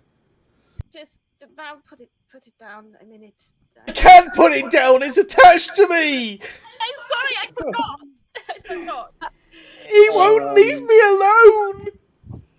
While all this is going on, can Emily and Haggard have a look around, like visually inspect the area? I have such a good idea for a prank. I'm going to try and remember it for next time. Investigation or Write it perception down. check. Write it down. So yeah, Haggard just sort of half-heartedly lifts a crate, puts it down, and you just see this robotic form just go, just done with this already. Emily, on the other hand, has a bit more of a proper look. Again, she sort of goes, nothing out of the ordinary, Sandal. No tracks. Could use one of my cow's abilities, but I always see more than I want to. I'd rather not. I have a silly idea. Yeah. I'm sorry, Val. Can you just try flying for me? See if he gets whacked. Okay. Yeah. But we've got the broom, so I don't see how, but okay. You just... Back into police helicopter mode with the light. Like, yeah, happy to do that. As you lift off the ground, Val, take flaps. Vienna, I need you to make a strength saving throw, please. Hey, hang on one moment. You get a strength. +3. Oh yeah. Okay. Let's roll this and Yeah, see what yeet. happens. For Ah, some reason, it's not come up. Oh, Oh, there we go. 14. Bit delayed. Okay. If it's Fucking job. if it's a +3, 14. Yep. Not quite enough, as the broom shudders in your hands and leaps out of them, flying at Val. By itself, Legion. Val, does a 20 hit you? You're gonna get thwacked with a broom. Just. You take 14 points of bludgeoning damage as this animated broom smacks into you. I believe you're vulnerable to bludgeoning, so that is doubled to 28. Got the shield. That's not funny. It is funny. And as Sorry, Val. the broom smacks you, it flies past and is coming round for another attack. I am going to try. I'm just looking through what I can. Can I actually switch my gauntlet onto like the? I can't remember which one. You've got a you've got a cone, a straight line, and The melee. the melee. Bludgeoning. Yeah. I was going to say, does me holding the broom? Can I switch to the one which is touch, essentially, like the bludgeoning one? It's flown out of your hands by this point and is flying Oh, around. Damn it! I cast fire. Oh, in that case, I was gonna going to say, in that case, I Eldritch Blast it. Yeah. If it hit me, could I have taken a reaction and also tried to breath weapon it? You can't use a breath weapon as a reaction. Okay. So no, but you do get an action now. Everyone gets a round of actions as it's had its action. Oops. I'll try and firebolt it. So I actually need to see if I hit it first. Though. hang on. I'm also flying there, so if you miss, Sorry. You're resistant to. You're immune to okay. fire. So 12 misses. It just flies through the air and just sort of whirls round the firebolt, so that doesn't hit. Mine has a delayed reaction, so bear with it. 21 does hit. Let me just check its HP. Okay, that hits, and you watch as a chunk of it goes flying off, but it is still moving. With Eldritch Blast, it's been that long since I've played. I get 3, You get don't multiple, yeah, so you get to do 2 more. I? Cool. Although this is going to be concerning if it turns into a Sorcerer's Apprentice sort of thing. So that one hits, it's still moving.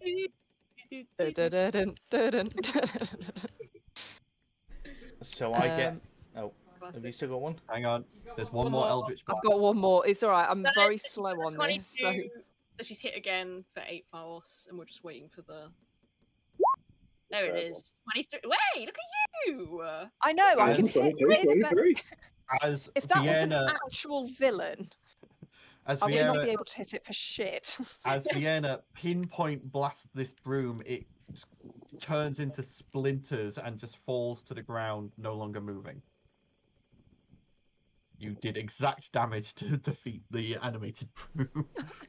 Like I said, if that had been an actual villain, I took all of my good blasts out on a freaking broom.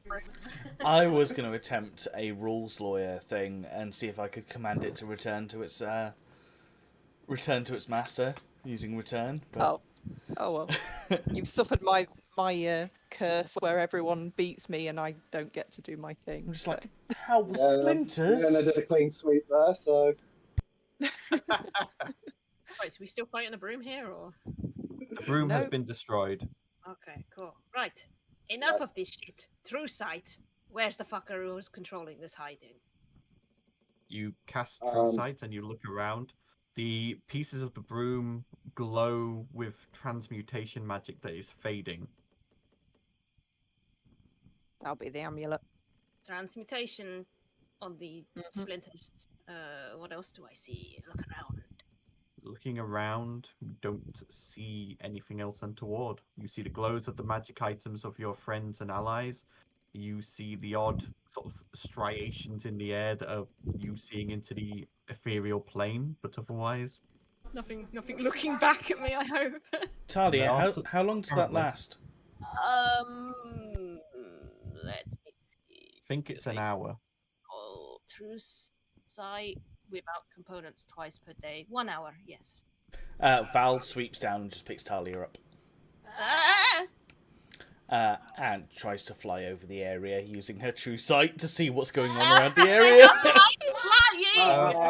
Okay. Can we begin heading towards the Halcyon Heights? I'm like We need clinging to- onto it We like need to fetch another paladin. yeah, I'm clinging onto him like a okay. spider crab right now. I'm absolutely terrified of heights. Okay, Talia, make a perception check with disadvantage because you are terrified of heights. I will show you the world. So mean! You're so mean!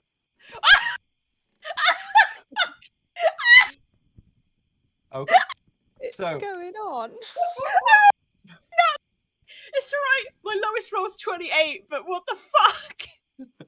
So, as you are flying around, True Sight picks up. You see the massive glowing edifice of the Arcane Academy. You see the various divine signatures of the various temples. But focusing around the Jigging Jester, as you fly over alleyways, you clock 1, 2, 3, 4, 5, 6, 7, 8, 9, 10 more objects in various alleyways, all glowing with transmutation magic. Like 10 of them, Val, they're everywhere. We can't deal with it all. Dun, Ugh. dun, But dun, none dun, of them dun, dun, seem to dun. react to your presence. They don't seem to be doing anything, but they're everywhere. I mean, we could always go down and smash them. We don't have all night to just go around smashing inanimate objects. We have a fucking death claw. Not a death claw. That's Fallout. Bone claw. Bone claw. You're right. Because the bone I need to fly you around much longer No, for the rest I'm of the going hour. to vomit. Just throws up everywhere. Just a randomly magically enchanted barrel that's just suddenly caught up. I'm just using you as a blacklight at this moment. Put me down! Okay. Eventually rejoining the rest of your friends as they head into Halcyon Heights, and you make your way as quickly as you can to the Shattersun estate. When you reach said estate, the lights are all off. I knock on the door, like quite urgently. You knock. No response. Do I see anyone inside? Do I see celestial energy or whatever? With your true sight would just still be up. You do not see any signs of magic other than some protective wards and a few divine spells cast on the house, but otherwise nothing else. I don't sense anything or see anything, Sandal. I don't think she's home. Oh, Elise? Not Elise, Finry. Wrong person. No response. Why would she not be at home at this time of night? Where would she be if she wasn't at home? He'd be at home. Where would your father-in-law be if he wasn't here? Do we need to kick a door in, Sandal? I'm willing. Yes. Fuck I it.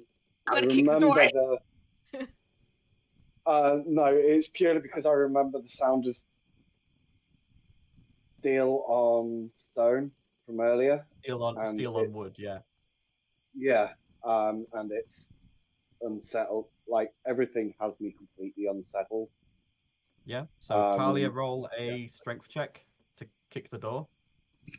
Probably going to fuck this. Look at the room, Right. kicking in the door.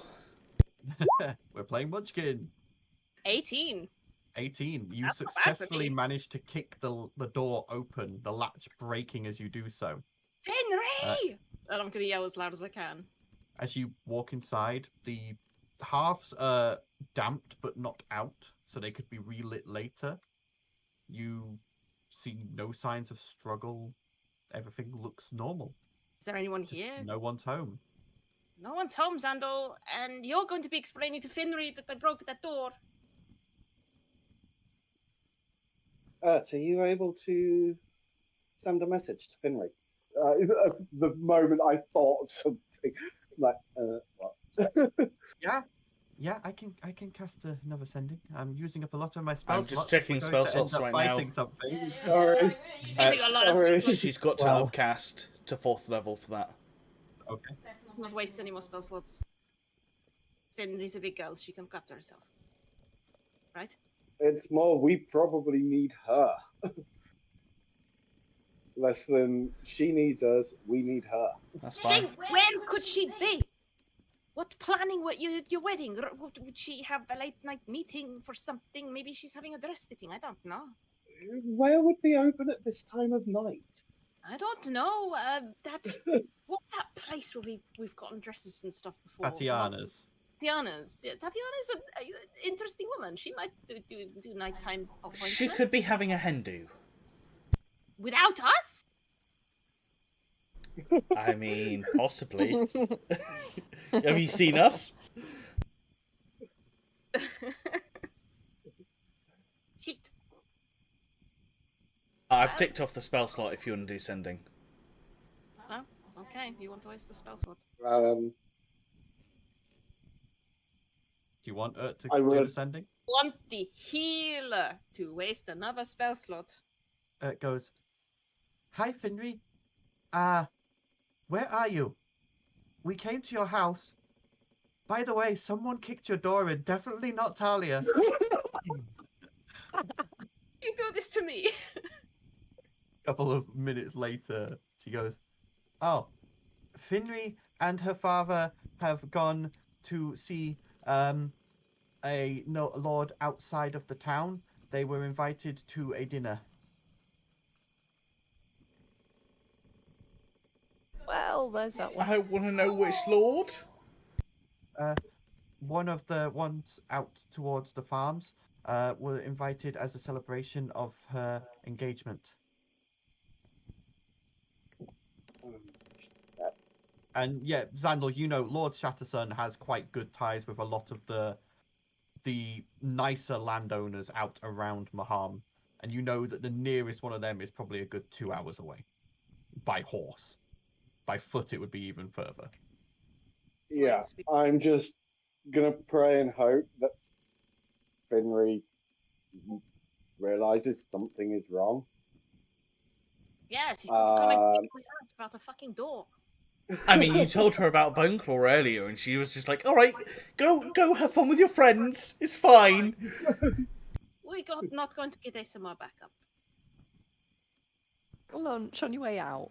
There's a good chap. I mean, to be fair, he didn't say, "Oh, by the way, there's a Boneclaw." He went, "By the way, my friends need me because something's happened in Grimhaven that has resulted in possible deaths." Yeah, because we didn't know about the bone claw. Didn't at that point know it was the Boneclaw. So she just went, Yeah. "Oh, my fiance's going off with his adventuring friends who quite commonly go into death and dismay to deal with what could possibly just be a bandit." Yeah.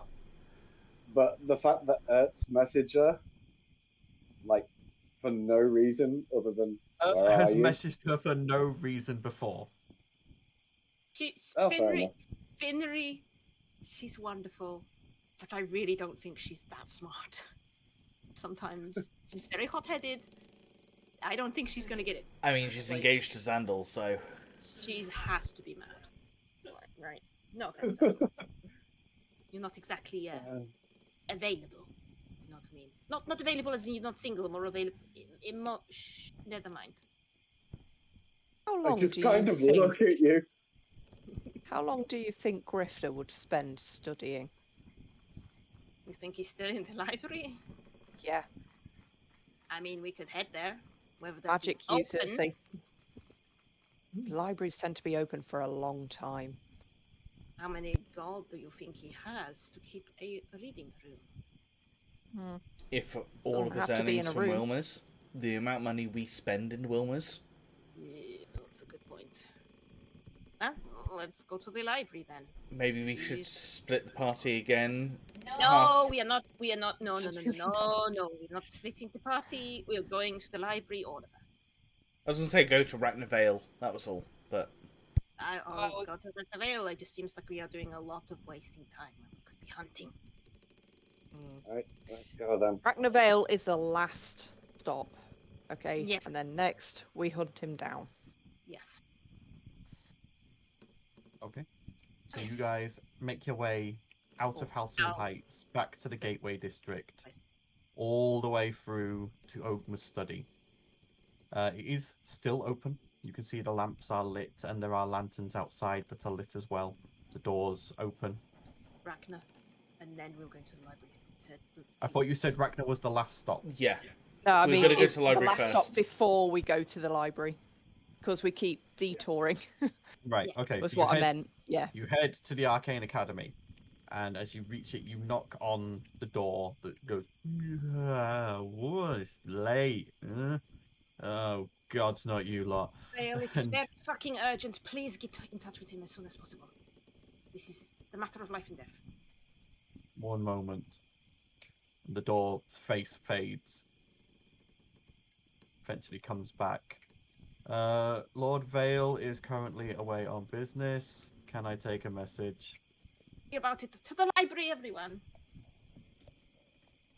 Right off. And this is like, Off we go. You could send him a message saying, Boneclaw killing people, found out who potentially is Yeah. We'll say who that. is potentially linked to the Boneclaw, need assistance, don't know where the fuck you are, but you should be here right now. Thanks, bye. the door just goes, okay. Don't know where you are right now. You should be here. Okay, bye. I will make sure he gets that when he returns. I think you were saying end of session, yes? You can tell Val's getting a bit pissed off by now. I think before we get too involved in anything else, this is a good point to end the session. Yeah. Otherwise, we might end up in a combat and end up having to run a bit late. I'd rather end a bit early. So. Oh no, this is going unfortunately- to end in combat. I can almost guarantee it. We're panicking. It's not Unfortunately- panicking, it is just, as always, whenever we're trying to make progress in anything, the dice We say can't, so we no. might as well just crack on with it. This is why we keep destroying cities and accidentally killing people, because we try to do the right thing and the dice make us do the bad thing instead. The dice are going to make Val an Oathbreaker. I'm calling this now. Unless it's not you that kills him. Yeah. But anyway, so unfortunately, probably not gonna have another session for a while, unless we can organise something for midweek next week. It's my 'Cause- birthday this month. Yes, I know, but unfortunately, I go away for 2 weeks in the middle of the week after next, so I'm not back until something like the 27th.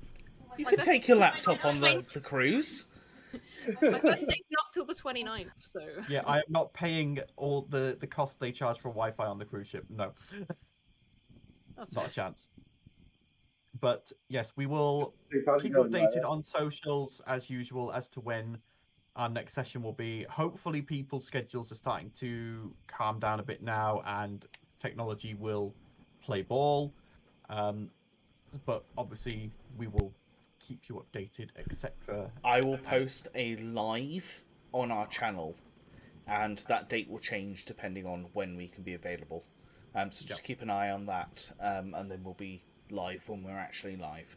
We will put a I don't think potential of the 29th for our That's a next Thursday. session. 29th is a Thursday. 30th? I thought 29th was a 30th is the Friday. 30th. okay. That'll be 30th then. yeah. We will put that in. That would have to be a hard finish session, I believe. Because That's then my at work least if we're weekend. fighting the Boneclaw, I'll have a birthday candle. You will. But we will put that as a potential date, and we will see closer to the time how everyone's schedules fits, etc. Until then, hope you all enjoyed. A bit of a more intriguing session, less less shoppy, less combatty, but more, oh god, what's going on? And a couple of things that I have been hinting at for months. Finally But it's coming been up. a long time. Nonsense, Every Fred. 4 months, and I every finally used them. single time you went in that vault, I made you roll a perception check. I made Talia and Val both roll, and you both failed. You failed to notice that the amulet was gone. That amulet has been gone for months. And all it Oh took my was God. me trying to see if he had a ring of mind shielding. It's not. It's just being a wanker. But anyway, hope you all enjoy your own games. Hope you enjoyed this, and stay safe, everyone. And we will be back as soon as we can. Thank you very much for watching, and good night. Bye, guys. Don't forget to subscribe and do all that stuff as well if you enjoyed. Bye. Night.